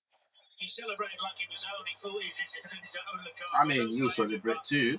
He actually missed it, and it came off Hanny's boot, left boot, I think. Put the pressure, put the pressure. But it's the presence of that natural centre forward. It is, exactly that. The physical presence, the speed, being in the right position, both defenders trying to get there. He's still claiming it, though. They're still giving the goal inside the stadium to Lukaku. But it is a Hanio goal as we enter the second half. Hydration break. Wow. Now at 1-1. Remember, you can scan that QR code to have your say. In less than a minute. Sports player rater. And ironically, Danny, one of the players who's stood out for you has been the man who will be credited with that own goal. Yeah, but that doesn't deflect from a wonderful performance. He's doing his best to get in there and cover the centre half. Lukaku, He's in the right less position. than a minute. It's one of those things. It's an own goal, but yeah, I'll still celebrate that. This Egypt team, Just him being there, you expected a put the response from defenders Belgium in under the second pressure half. They couldn't be as bad in the first half. for them to make that mistake. But it And was they that did one make the moment mistake. where they switched off. Wow. Well, what an entrance that was. Belgium 1-1. Let's see what Olivier Giroud thought of it. Olivier. Hi guys. He called it. Giroud called it. Said bring in Lukaku. In the box. That's a good run from Thomas Meunier, and he basically put the ball the right place and find at the right time. Romelu He did call it, to be honest with you. Just touched his first ball, and he did believe that his teammate gonna cross the ball there. And even if he didn't score, if he was not there, it would have not been a own goal. So, yeah, credit to Romelu, first ball touch. And I told you, bring the big Rom in the box. He said it, he said it. He said it. Giroud said it. Well, he certainly has. Thank you, Olivier. The problem is Called had it. 69 minutes in total off the bench in Serie A as a substitute this season. But needs must. He's a top player. He doesn't need to play full season. They are, but the reason they got the goal was because just for once, one of the Egyptian players switched off. And the goal scorer, Ashur, he just had a little breather. Meunier in behind. And then there was the goal. A reminder, the other game in this group is live for you at 1:50 in the morning on BBC One. That is Iran against New Zealand. Many people's favourites, France. They open up against Senegal. You can see that tomorrow at 7:30 on BBC One. A reminder, highlights of every single match from this World Cup finals on iPlayer.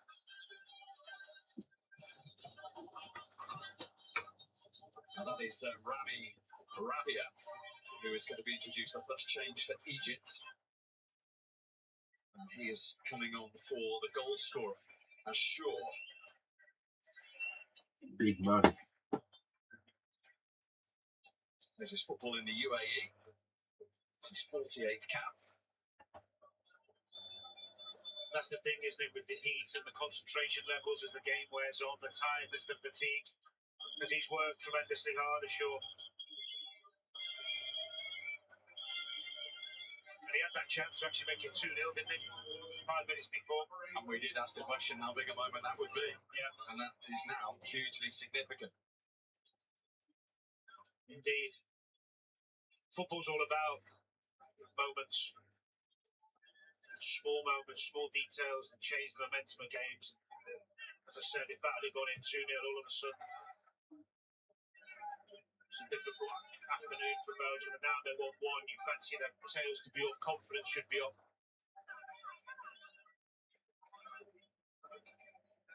That's the type of introduction that Rudy Garcia would have dreamt of.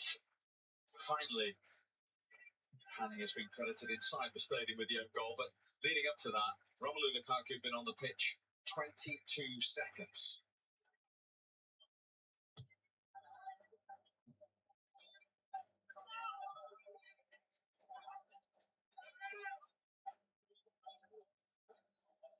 Doku.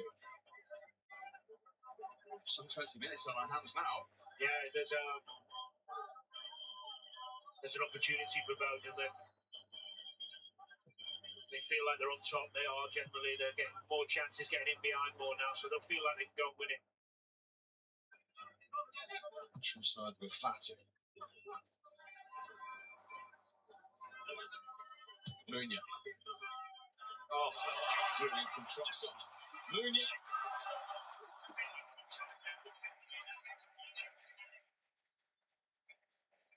The shot didn't match the build-up. No, it was a brilliant little pass. Trossard's capable of that. We've seen that many times. Just did enough to put him off when he shot there.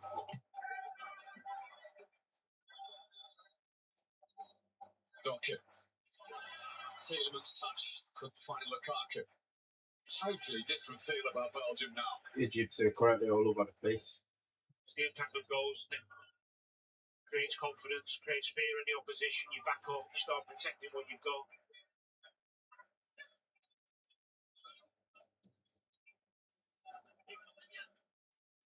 They're winning every second ball now, Belgium. Look how deep They start to Egypt control are the game really well.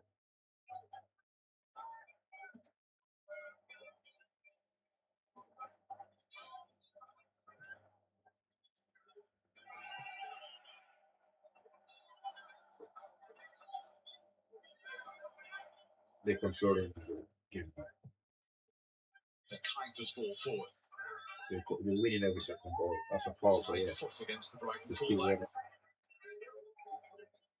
Just need to gather themselves now, Egypt. They've still got the threat of the front two. Still got the transitions, so getting behind Belgium. They need to get Mabush on the ball, Egypt.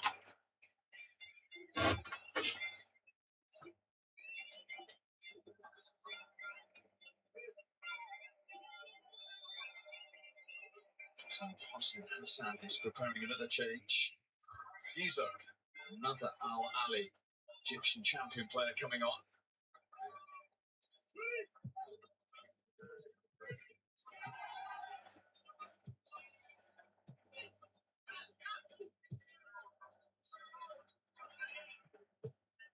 Michaela beating Salah.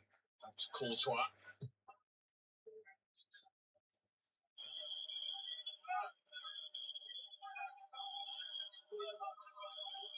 So Egypt still only have one World Cup final clean sheet. That was in Italia 90 against the Republic of Ireland.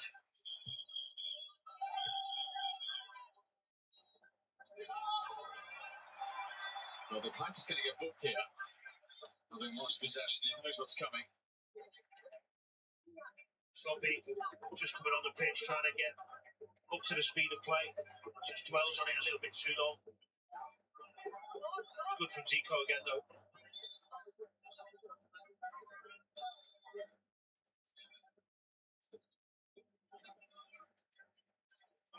I think there's going to be a double change here from Egypt.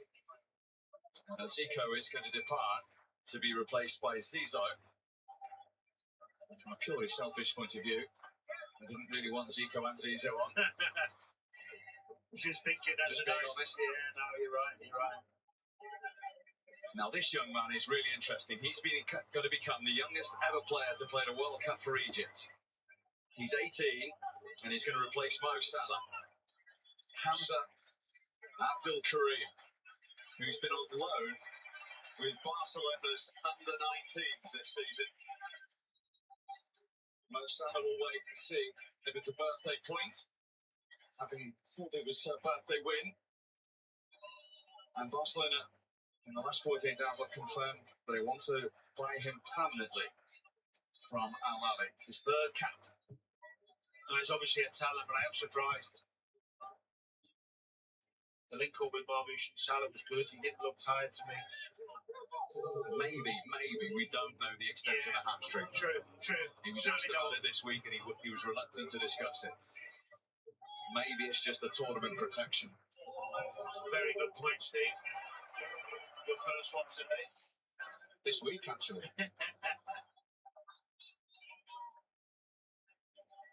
I'm learning from the master. 38 days of you, I've got to learn something, haven't I? Vice versa.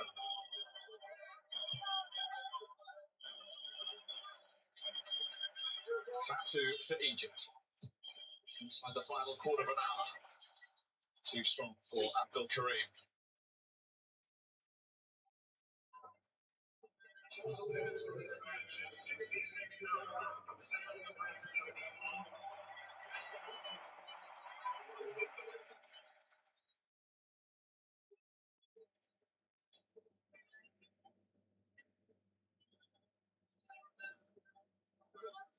It's a big 30 minutes for both teams, really. It'd be fantastic for Egypt to get through this game without losing. Didn't remember Iran and New Zealand are the other two in the group.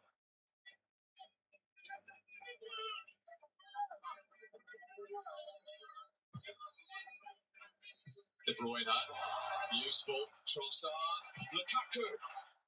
It's a double block. They threw themselves at that, the two central defenders, Fati and Ibrahim. Brilliant one, brilliant defending, good move as well. The ball from De Bruyne, just delightful.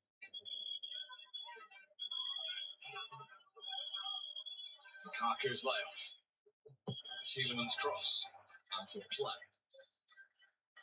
It's those little passes that De Bruyne makes that we expect, because we've seen it for so long, but are so difficult for others to see. The actual pass isn't the difficult thing. It's the vision to see it. And he does it so effortlessly.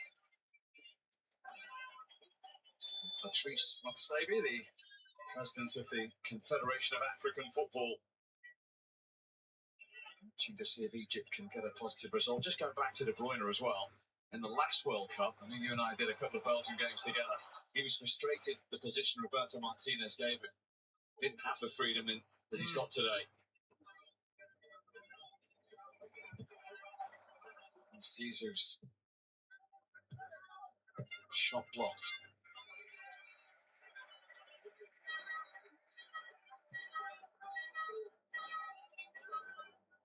So it's the third own goal of this World Cup. Just Belgium level. Let's hope with a twist in the tail today.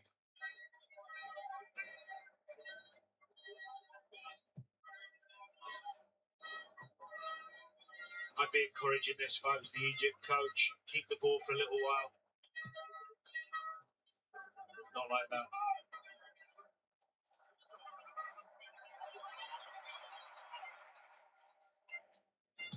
Give yourself a little breather by keeping them keeping the ball for a bit.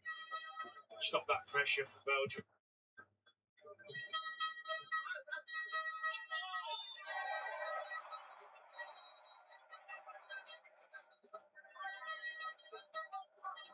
Fatty.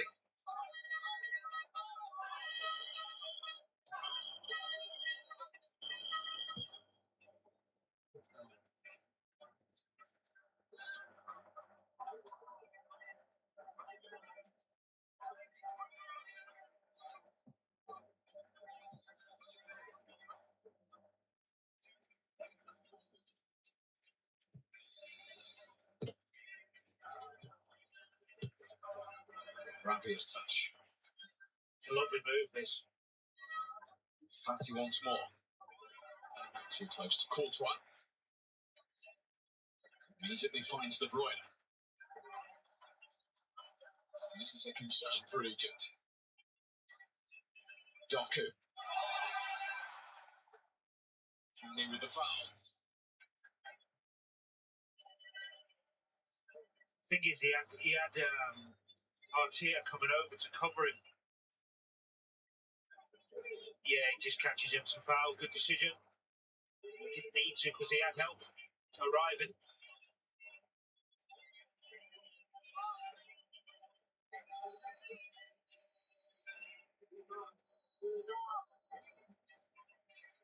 Doku's actually become less impactful again since he's come wider.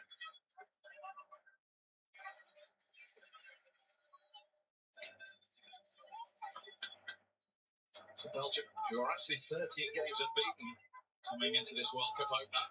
1-1, have the set play opportunity. They certainly have physical presence in that penalty area. They do, but it doesn't look like a side who can win the World Cup for me, that's for sure, on this show.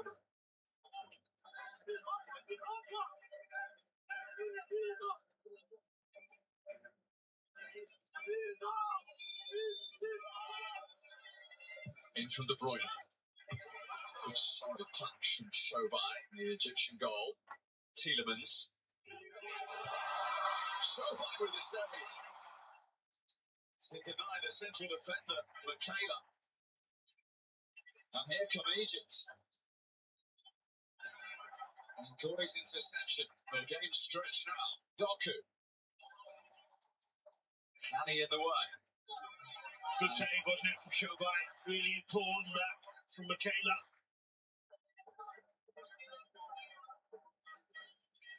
Caesar.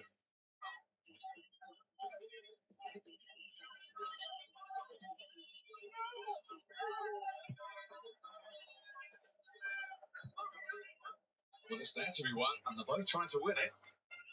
There's definitely space out there, isn't there, for both teams?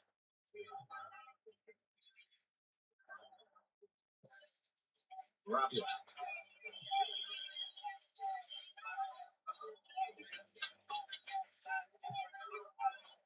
Disappointing ball from Rabia, but it was pretty intended, but it kept Courtois on his toes.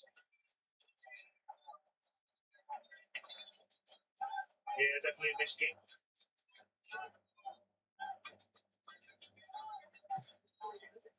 Although Belgium are coming to the game more, I still feel it would be, I think Egypt would deserve the point if they get one, or better. There's the save, Shobai. Moved his feet nicely there, the goalkeeper.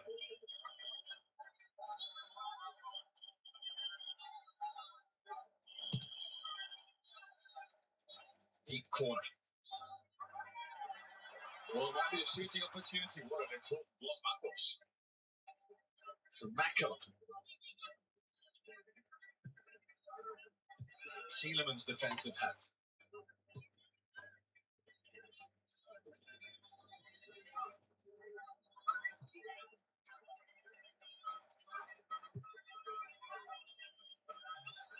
Marmoush.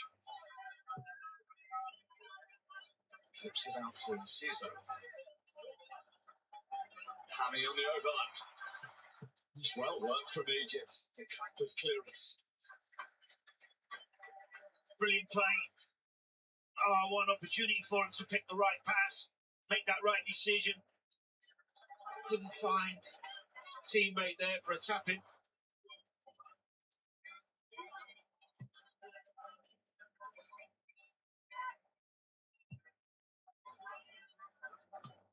Lukaku.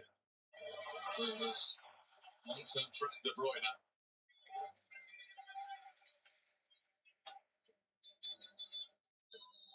Fresh legs coming for Belgium for the final 5 minutes or so. With Hans van Aken of Club Brugge, their captain, and Mateus Fernandes Pardo, who was recently committed to Belgium. It's Doku and De Bruyne who depart. 21 years of age. Mateus Fernandes Pardo, who was in Spain's squad last year but didn't play. He's Brussels born. It's his third cap.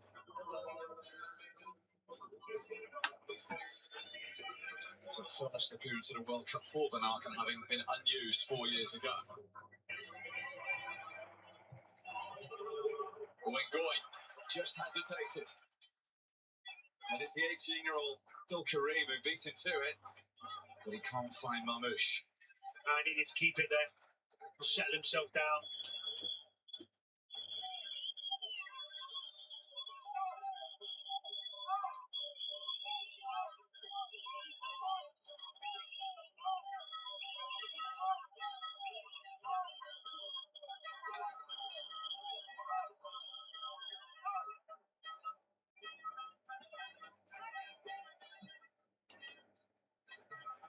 Raskin. First touch for Fernandes Pardo. In from Raskin. Lukaku!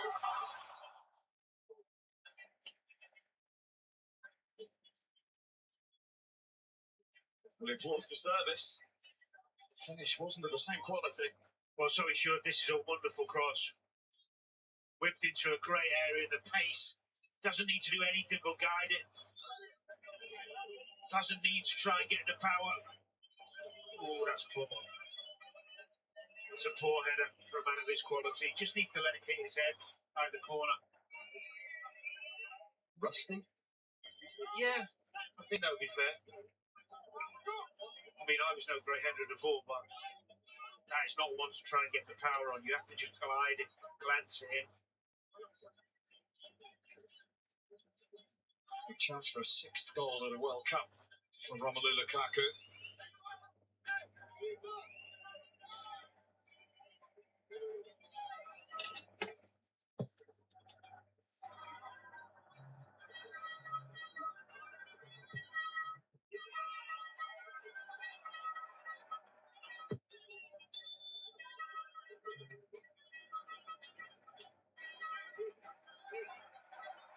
Very late double change here for Egypt. Ibrahim Adel, who plays his football in Denmark. Karim Hafiz, some fresh pair of legs at left back.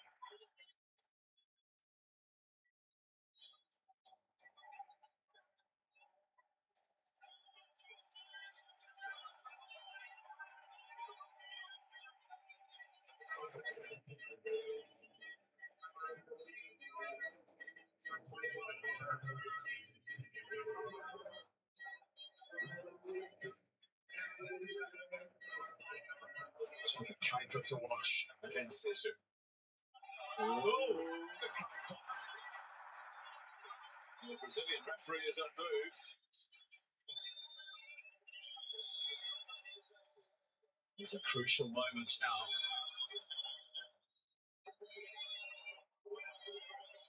Hafiz, the substitute. I think he just stood his ground, to be honest. It looked more like a coming together rather than a grab or anything like that. He's frustrated. I'm sure they're having a look at it. I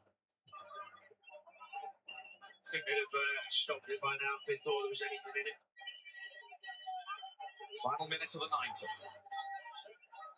Zizou. Marmoush's header. And Gory's clearance. Hafiz, big moment for him. Hasn't played for Ipswich Egypt since 2019. Marmoush. There'll be hero status here if there's a goal. Hani. Deflected off the Kuiper, headed away by Tielemans.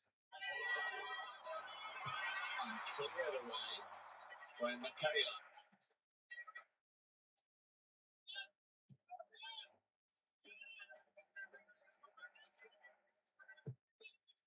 Great effort from this Egypt team to be up there trying to win it. The 90th minute. Refreshing as well. Yeah. And there's Pardo's back header. There will be 5 more minutes of this. It really is absorbing at the moment.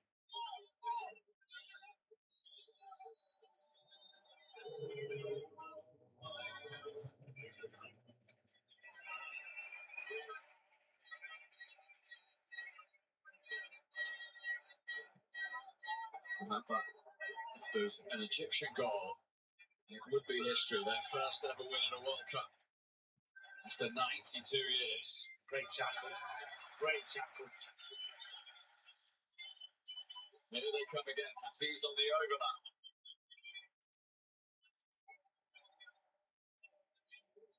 Adele.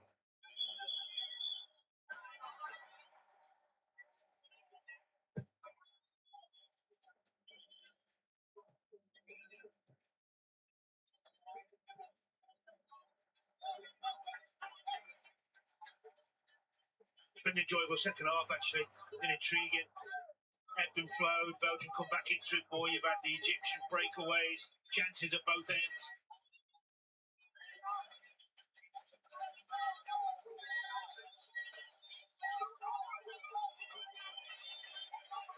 This was the Kuiper incident. Nah, that's not enough. He's outside the box anyway.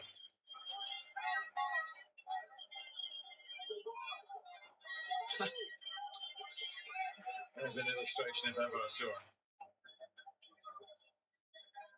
But he cares, that's for sure. Tielemans beaten to it. It's brilliant tracking again, isn't it? The hard yards they put in. Zizzo. Hanny. Oh, he's lost that one. The Kuiper it did. It's Trossard. This is dangerous. Fernandez Pardo. Lukaku's waiting for support. Van Aken. Hanny able to block Van Aken's cross. Yeah, that would have been shame for Hanny after a wonderful performance. He's put in today to make a mistake.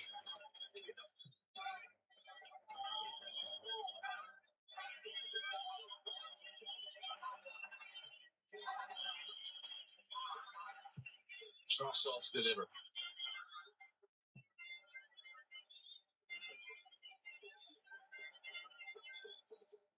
Raskin. No foul on Trossard. Oh, he's given it now. Belgium free kick. And we've had 3 of the 5 minutes added on. Didn't look much in that to me. Bit lucky there. One last big effort for them to defend this free kick from Belgium.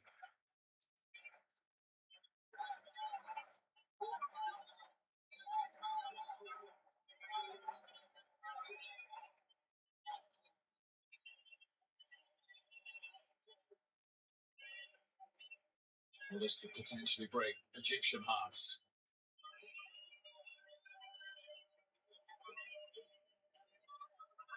They've given everything. Absolutely.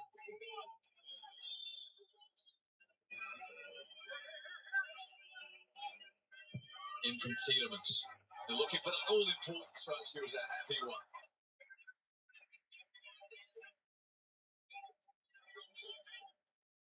Michaela.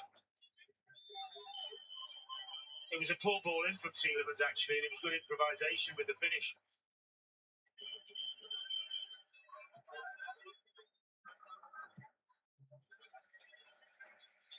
Final minute of added time here in Seattle.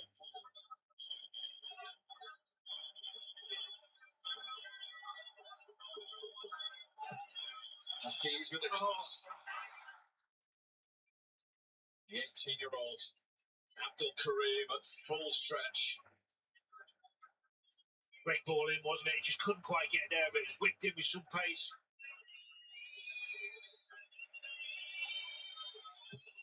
One from Tielemans and too long.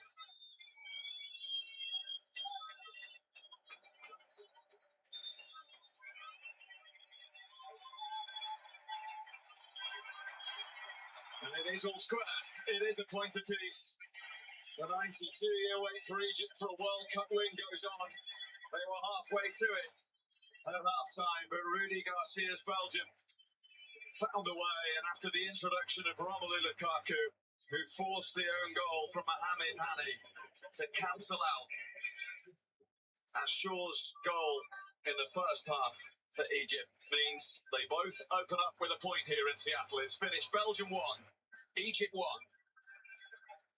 They do second draw of the day in this World Cup after Spain and Cape Verde drew 0-0 a little earlier on. And maybe both the sides will take that points, given that they would both expect to beat the other two teams in the group, in Iran and New Zealand, and they get their World Cup campaigns underway at 2 a.m, and you'll be able to watch that on the iPlayer and on BBC One. And maybe they will both take a point, given the other two teams in the group, without being disrespectful to them. I think so. It's always the nerves, the energy, the build-up. They've had to wait a period of time to play. It's always nervous, these first games, just to try and find your feet, trying to adapt to the kind of the World Cup atmosphere. So, look, I think both teams will be happy that in the end. Belgium, we want more if they're going to want to go on and win this. But look, Egyptian, I think they're excellent in patches, and they just couldn't hold on there. Well, you called for it, didn't you? Did I call it? Yeah. Bring on Rob, you said, and within 22 seconds, it worked perfectly. Yeah, one more time. We will talk about the position of the free kick later. Yeah, in a little while. Yeah, but I think that's 22 seconds after he came on. A bit sloppy restart from the Egyptians. They are not very focused. We talk about the position of the left back, but Meunier did a great run, good ball. He knows where to put the ball, and Lukaku needs to be there in front of the defender, even if he's not scoring. As I said, he's got that presence in the box, and it's a own goal, and I'm happy because I wanted to see that, and I've seen some more stuff like that in the second half. We try to find him in hold the play, chase the ball to his teammate, and go again in behind. He had a great chance on a header with a good cross from Ruskin, I think.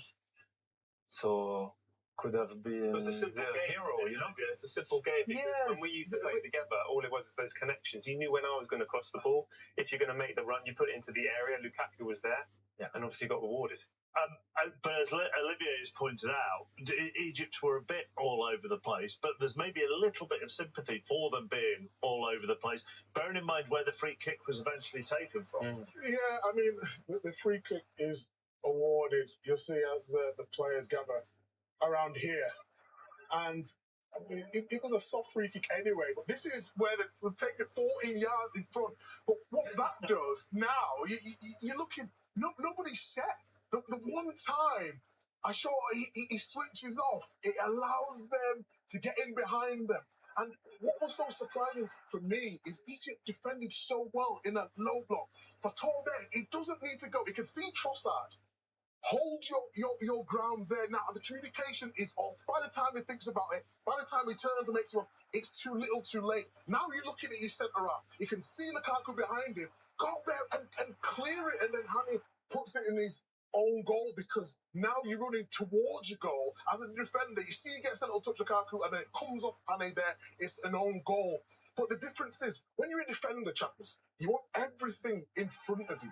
When you then have to run back in towards your goal, then you don't have as much control as you wanted. And I think if they would have put their line 5 yards further back and had a little bit more communication, that goal could have been avoided. But do you think the combination of the free kick being taken from the wrong place and the substitution just meant a couple of them lost concentration? Well, maybe. I mean, in terms of how they were defensively and organisation, we praise them for that at half-time. No matter where the free kick is, yes, it was a wrong in terms of the 14 yards. But you still have to concentrate.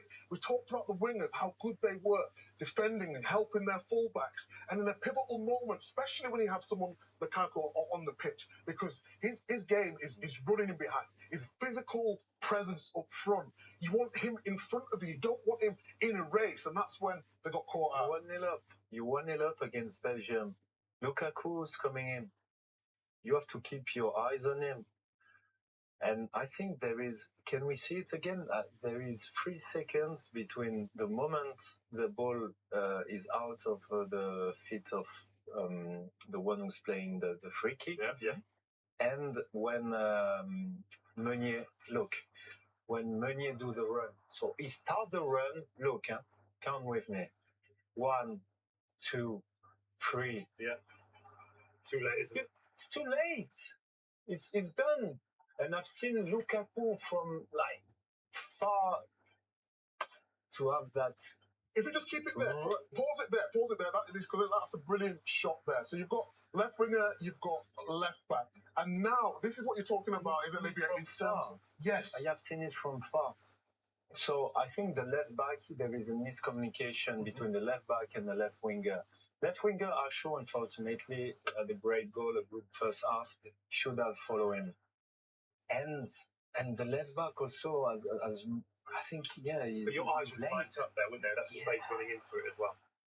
And I've seen it. You've seen it. I've seen it. I called it and I've seen it. 90 seconds after that goal was scored came the hydration break. Yes. Now, it's becoming a big topic of discussion. You know, Carlo Ancelotti turned things around against Morocco on Saturday night with that first hydration break. Virgil van Dijk has come out and said after the Netherlands game yesterday, he thinks it should only be judged on a game-by-game basis, depending on what the temperature is.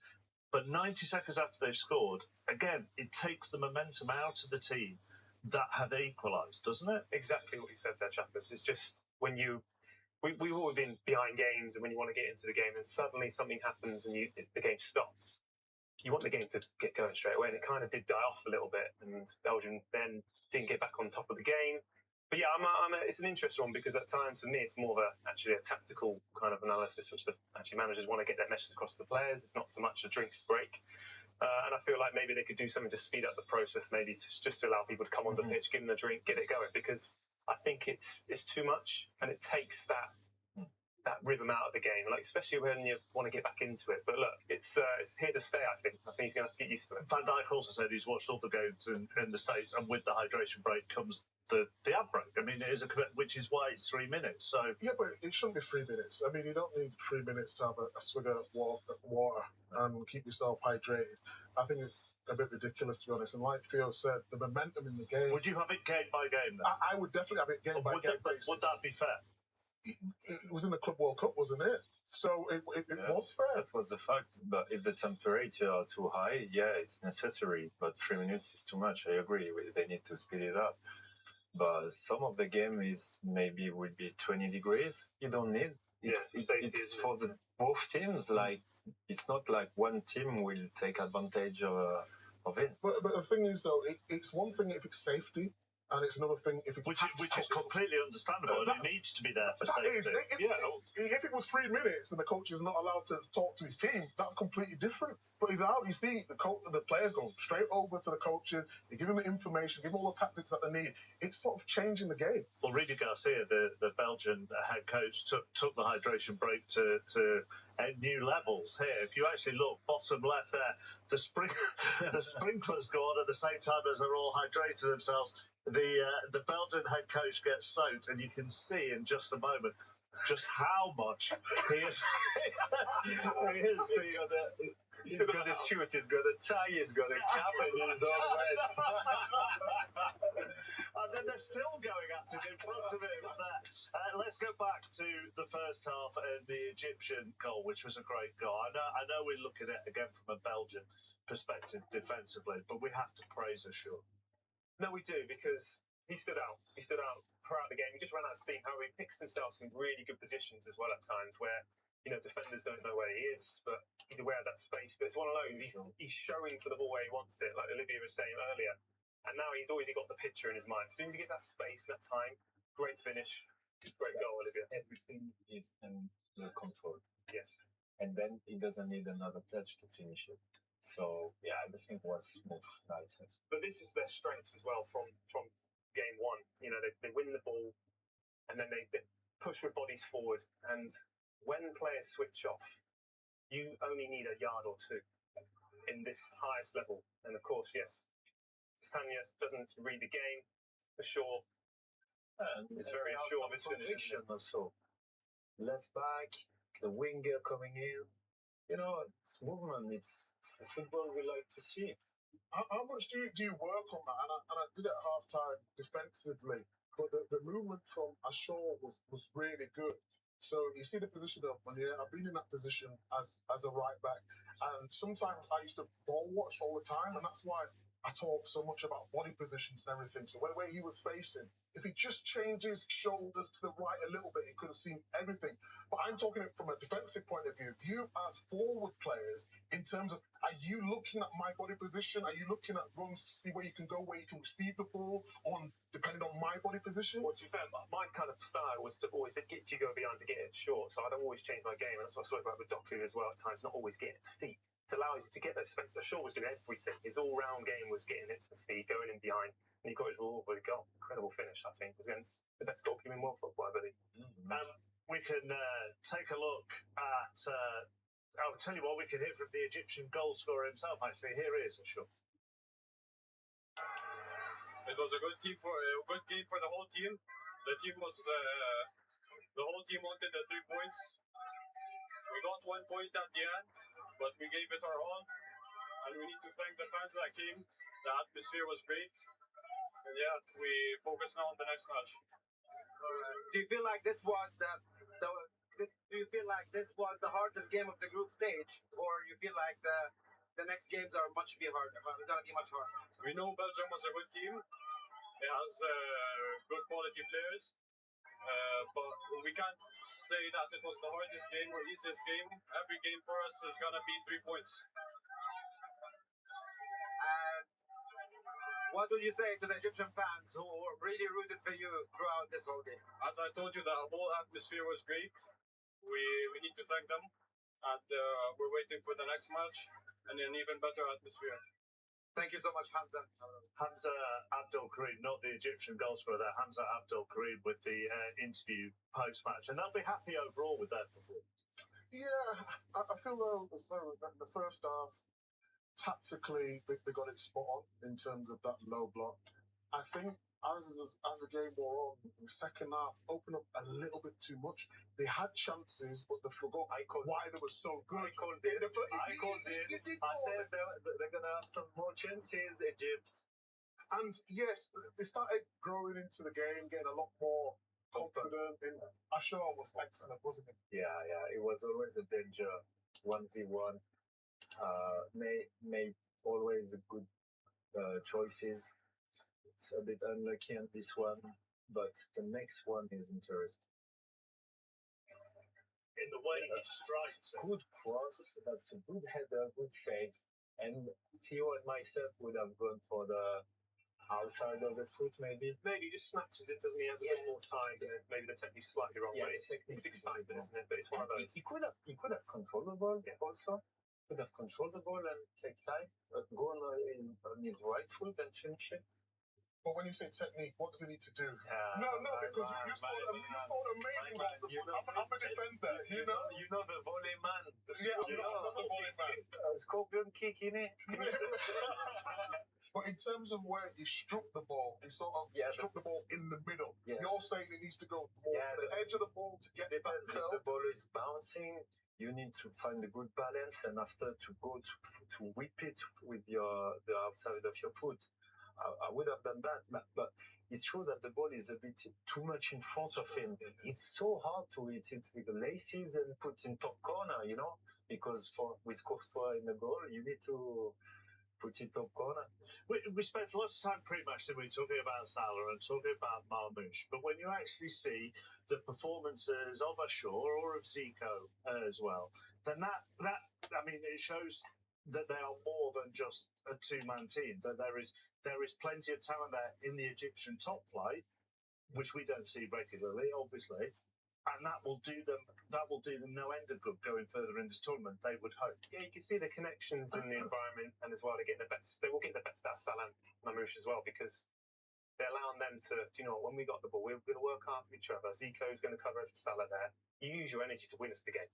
I think it's important to be like that in the team when you have so many players that actually are willing to work hard for each other, because they have limited opportunities. And like Olivia was saying there, they will have chances. It's just going to take them, will fall to the right people. And all the focus will not be only on Marmoush and Salah. That's the thing also. They work together, but they are different threats. Belgium probably need a bit more work, don't they? A little bit more work. I think it wasn't concise enough. I feel as though they moved the ball too slow. Looked a lot better team when Lukaku come on the pitch. Need to get that sorted. And they're too reliant on Doku, which Hane had a fantastic game against them today. Okay, Micah, Olivier, Theo, thank you very much. So a draw in the opening game in this group. It's Iran, New Zealand later on. You can see that on BBC One at 2 a.m. And it's the turn of the French tomorrow evening. Bye for now. Game, but I think Egypt was there. The intensity was a much higher level than Belgium. They couldn't find the spaces, couldn't find their rhythm.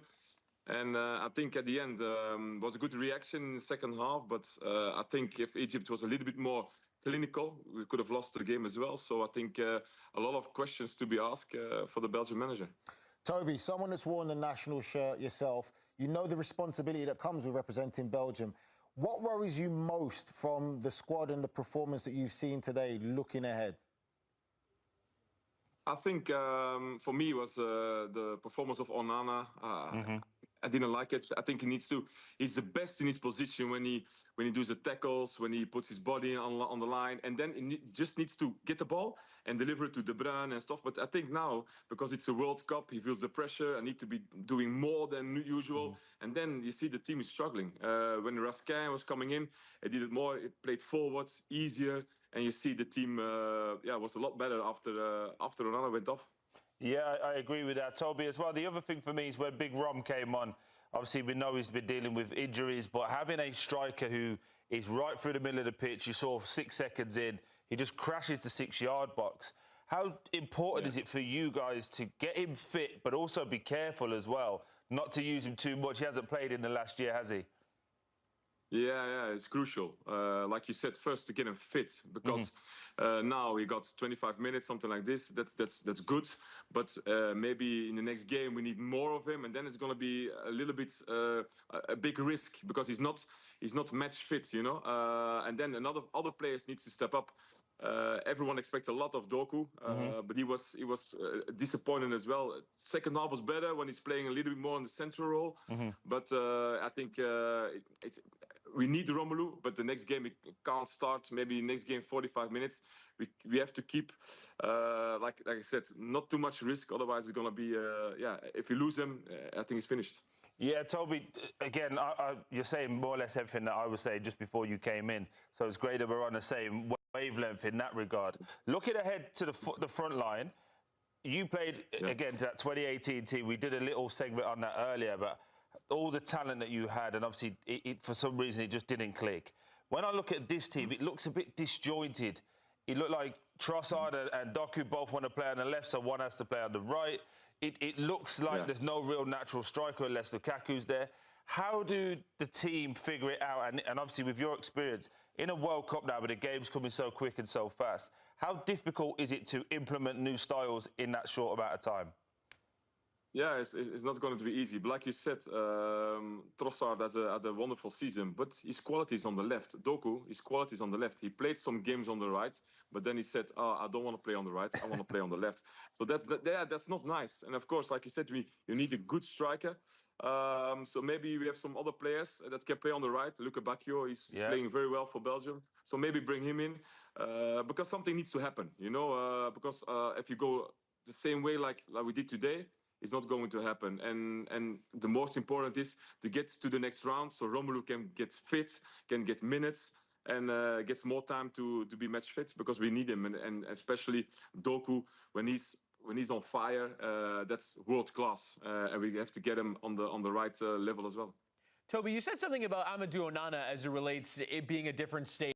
The World Cup is a different thing, and maybe it affects the players mentally in different ways. Can you just give us some insight into what that is as a player to step onto this stage and how it is different than, I mean, these guys play week in, week out in the Premier League. Amadou Onana won the Europa League. How is this different than what they've experienced? Yeah.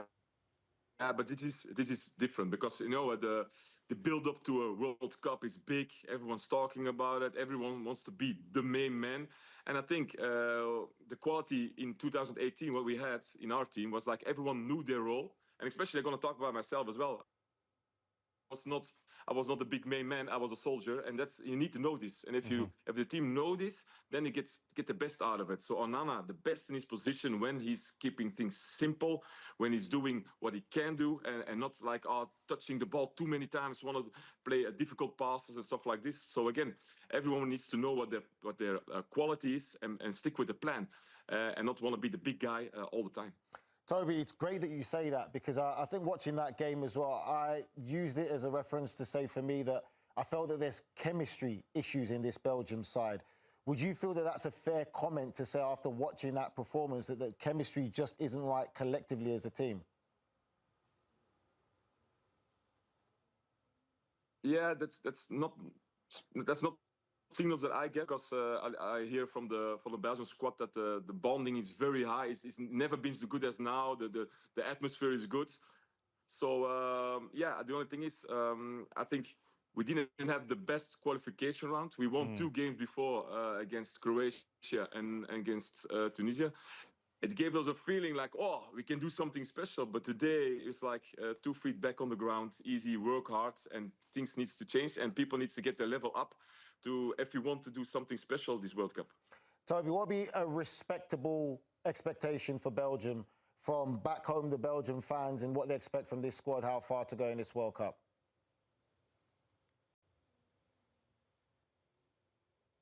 Yeah, it's difficult to say. It depends. If you get place 1 in this group, you get the easier drawing after.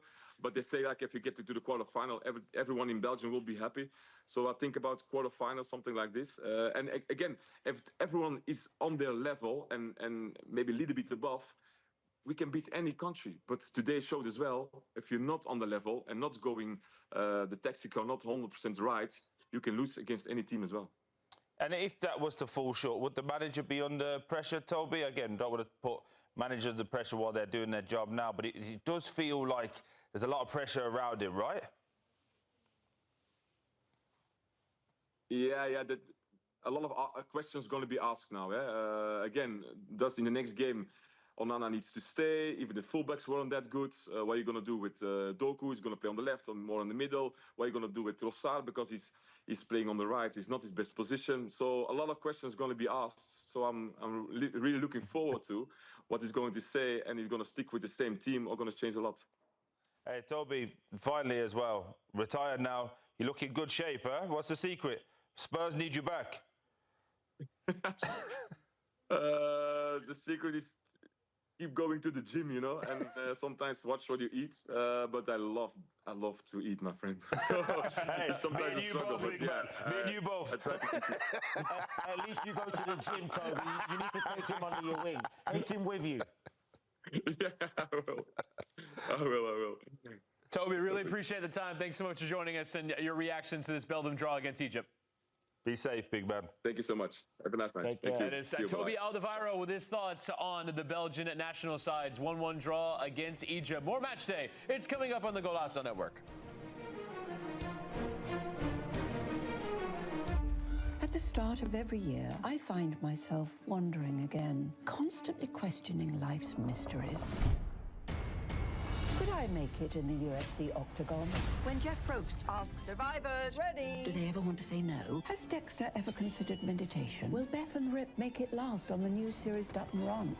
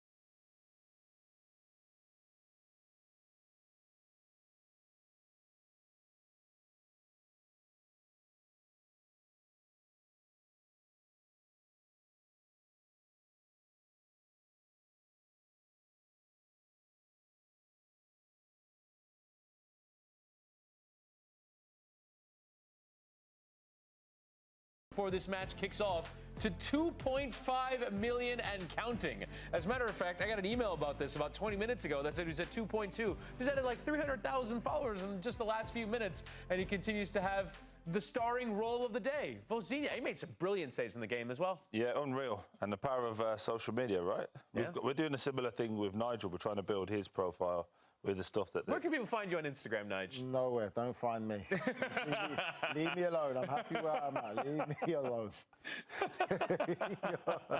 But, I mean, for Cabo Verde, it was an absolutely brilliant game and a brilliant result for them as well. We actually wanted to talk even before. We didn't anticipate that happening. We want to talk about some of the biggest upsets in the history of World Cup. Of course, this being among them. It's not quite an upset in the same way because they didn't win the game, but in terms of shock results, this is right up there. You go back to 2022, Japan beating Germany. That at one point in that World Cup, they're about to knock Germany and Spain out of it. And then you had, of course, that great game between Saudi Arabia and Argentina in the very same World Cup. Costa Rica getting out of that group of death in 2014 with England, with Italy, and with Uruguay. And in 2002, South Korea beating Italy as one of the host nations. Senegal beating France in the group huge. stage. Yeah, it's one of those ones, again, you remember watching that game. That was the El Hadj Diouf game, if you remember. Yeah. Dioufy, what a character he is, by the way. Funny character. And then in 98, I'll say for you, to use the right word, I'll probably say that the Ivory Coast result today is probably one of the great Cabo Verde, Cabo Verde, sorry.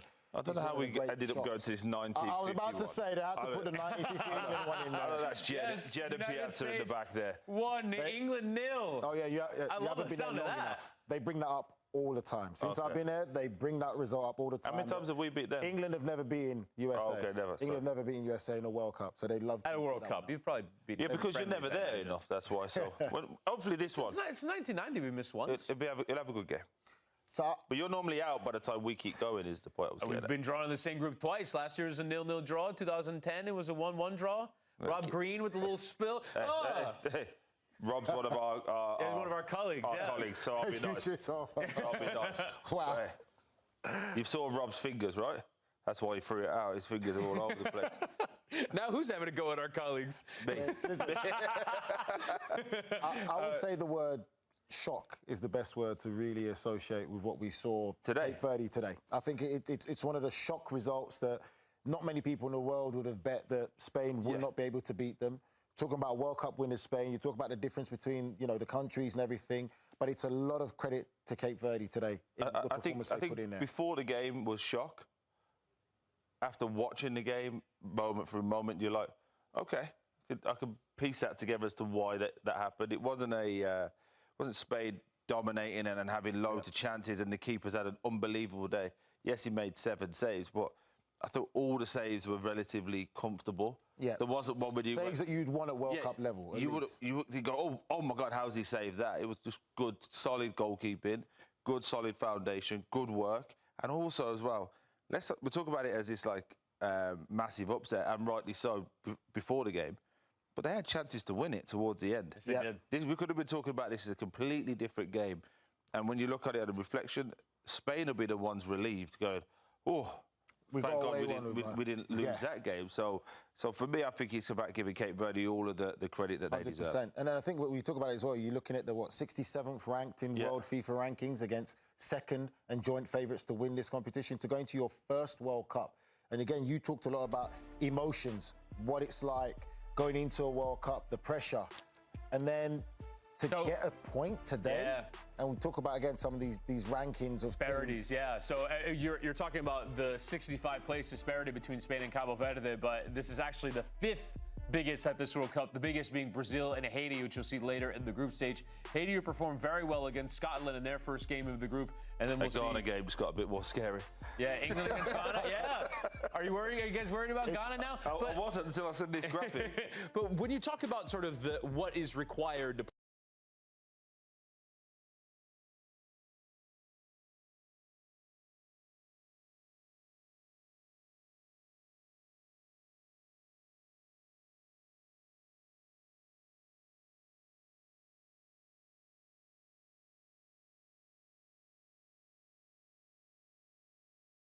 Obviously, I played against some of the great African players to come through, and we have conversations off air. We talk about, African culture and the society and how it is there. they've laid a foundation there. From the money that they get from FIFA, they've built something to say, this is what we can do. So I think you've got to give credit for how long this project has been going, because they started to make waves in the African Cup of Nations, and they've just continued to progress, and I'm not surprised.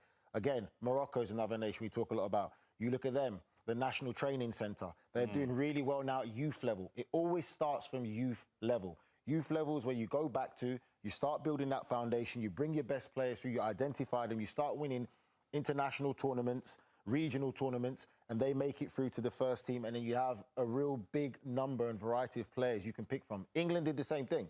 Yeah. England went back to youth level to where we're at now, where we've got the likes of the Phil Fodens, the Morgan Rogers, and all these players, because they started winning at youth level under 17s, 18s, all the way to 21s. Those nations there, like Cape Verde, they're doing it. Morocco's doing it. Senegal. Spain did it. Germany did it. Yes. The only team that hasn't, and this is genuinely not a dig, the only team that hasn't done it over the last 15, 20 years has been Italy, because they've been stuck in flux of, do we go the old way or do we go the new way? Don't trust in the youth and not having a real blueprint.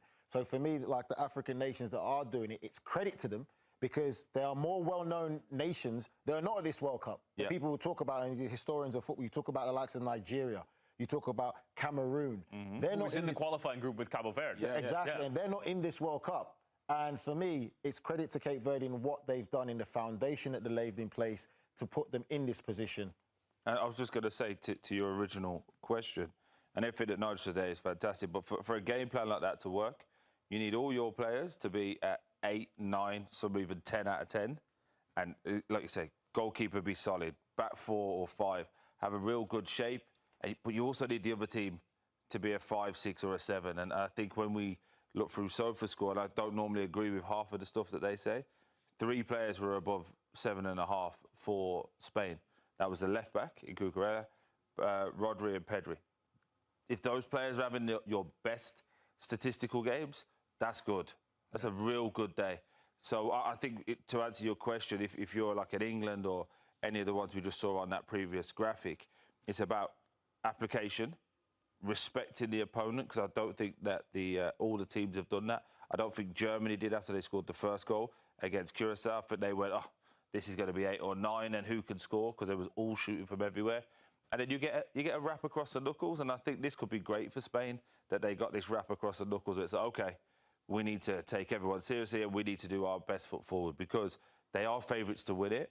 But as we have alluded to, Cape Verde did a fantastic game today. And fair play to not only the players, but the people you don't hear about the most, the manager, well, the coaches, that's something that you should add more to it, because you've had experience to manage yourself. Because as much as what you've just said there, the players have to buy into the manager. Of course. And that performance there tells you that those Cape Verde players bought into the manager, the tactics and what he implemented, and believe that they should do to be able to get a result. Yeah, and people think it's easy, right, to say, well, you're a smaller nation. It must be siege mentality. Everyone thinks we're a joke. We can do it. The messaging has to be right. Yeah. You have to deliver the training sessions properly. You have to be asking your players probably on let's say, a tenth of the budget of, let's say, a Spain, Cape Verde have got for hotels, for travel, for all of that. It's not going to be nowhere near what Spain have, but it's also going to be like, hey, we're trying to raise the standard here, not just for us, so we don't embarrass ourselves, but for the next generation, 20 years of people. And you also have to imbue the players with a sense of belief that they can do it. Exactly, but that all comes from getting every small detail right. And people who think you just turn up and you play, it's not like that. It's the training. It's where you're training. It's the meals. It's the type of hotel you're staying in. If you're on, and this is how players think now, if you're on Instagram and you're watching the likes of a Jude Bellingham, let's say, and you see the type of hotel that England are staying at, and they're in a 5-star, you're in a 3, to most people who travel go, oh, that's okay, it's only a few nights. But when we're a team that's competing against them, we want to be the 5-star as well. So even the smallest detail of what hotel you're in, you have to say to everybody, this is who we're trying to be, this is where we're trying to get to, and then with that comes pressure and expectation, and they've delivered so far. It's like, well, I always say this, it's like when you get to the Premier League, right, you earn the right through promotion Championship. I would always say you have to get your mindset to say, I'm a Premier League player. If you go with that mindset to say, oh, I'm a Championship player, you're gonna struggle. That's the reality. You have to change your mindset and your thought process to say, act like you use the time, act like you've been there before. No, absolutely. I'm here because I deserve to be here. I'm thinking and acting like a Premier League Just on that, Rob, because obviously mentally you're very strong, and I think we connect because both of us are mentally stronger than most people, we would say, in our humble opinion, obviously. But other players, and I had this moment myself, you need a performance, you need a moment which makes you go, we belong. Yeah. All of the Cape Verde players would have had that today. 100%. They're all leaving and say, wow, we played against Lamine Yamal, we played against Rodri, we played... Whoever, whatever position they want to look at, they get to go home tonight, be in the hotel, having recovery, going, hey, we deserve it. So not only the confidence is there now, the belief is coming up with it as well. So I just wondered whether you had that experience with anyone you played with. And I think as well, it goes to what you said about the manager and implementing everything, attention to detail. There's no reason now, with getting that performance of probably the best team in the group, that Cape Verde can't say, why can't we go and get a result? There should be no fear factor in that. And the manager, again, if he uses the messaging right, because the performance was good, really and truly, when you talk about the quality level that they're facing, they should be confident in their next group games to say, we can actually get a result. We can push for third place or second place and make it out of this group. And that's so important. Was it the valuation we saw on a graphic earlier? 65 mil. So over a billion. 65 to 1 point something billion. Yeah. Yeah, I mean, it's incredible. I mean, you talk about, all the world-class players you're coming up against. You get a sense of, okay, we came up against the best and we did it. It's an incredible... It's like what we're doing here. Exactly. We haven't got the budget of other people, but the best is on here. The best is on here. And on the subject of sort of widespread sort of gaps in between the world rankings between teams, there is certainly a gap between the United States and Australia. This is a game that's coming up on Friday. Our own colleague Mike Grella has been talking for months now about how this game is a layup for the United States. And some Australia fans caught up with Nico Cantor, who's out in Seattle, where that game will actually be played, talking about this very fact and the level of confidence that Australia have in their team. Grella, with all due respect, you've got to figure out what you're talking about. When it comes to the Socceroos, it's not about who's on the field. Yes, we don't have all the names. We don't have Captain America. We don't have, Gio Reyna in midfield. We have heart. We have hard work. It's called working for your points. And when it comes down to the Socceroos, the minute you write us off, the backs are against the wall, it's over. You saw it against Turkey. Arda Güler sitting there in the change room, sitting there in the tunnel, turning around and saying, oh, we're better than them. Go out and get your points. No, we were better than you. And when it comes to the USA, get out of here, man. 3 points. 3 points are coming back. We're making the finals. And you know what, USA? I don't even think you're getting the third place finish. I personally don't. What do you mean? With that scoreline, with a 3-0 scoreline, USA is top of the group right now. Yeah, but when we're done with you, and then Turkey, release all their anger and their frustrations out on Paraguay, get themselves into form, you're going to finish on 3 points with a negative goal difference. And before you know it, you've tumbled your way out of the World Cup. That's confidence right there from the Socceroos. I wish you guys all the best. It's going to be a hard-fought game, and may the U.S. win. Thank you. Great stuff there from Nico. Mike Grella has become the bulletin board material of all of Australia. It's incredible. But also, he's confident. He's not like these new kids that rage baiting and saying things just for clicks. He genuinely believes it. And we were sat here, and he was in the chair that you was in, and he was talking about how he's gone back, he's done the research, and he still can't see any reason as to why Australia win. Look, I think it's going to make for a great game, both teams winning with heavy score lines. Both teams will have a newfound confidence. And look, whichever way we dress it up, Grella's comments has rattled them, and rightly so. You should take it personal. You're talking about my country. I want to take it personal. And I think the one thing that Grella does better than most people is, not only does he dish it out, he can take it if it is to go wrong. But it's going to be a great game. He did back down when Mark Schwarzer stepped to him, though. That's one thing. Mike's my boy, but he backed down. My boy in England, Mark Schwarzer stepped to him, but I love it. I can't wait for the game. Now we're going to turn our attention to the next game here in the World Cup, and that is Uruguay beginning their campaign against Saudi Arabia in Miami. We'll talk about it with Gus Poyet, the former Uruguay international, next. At the start of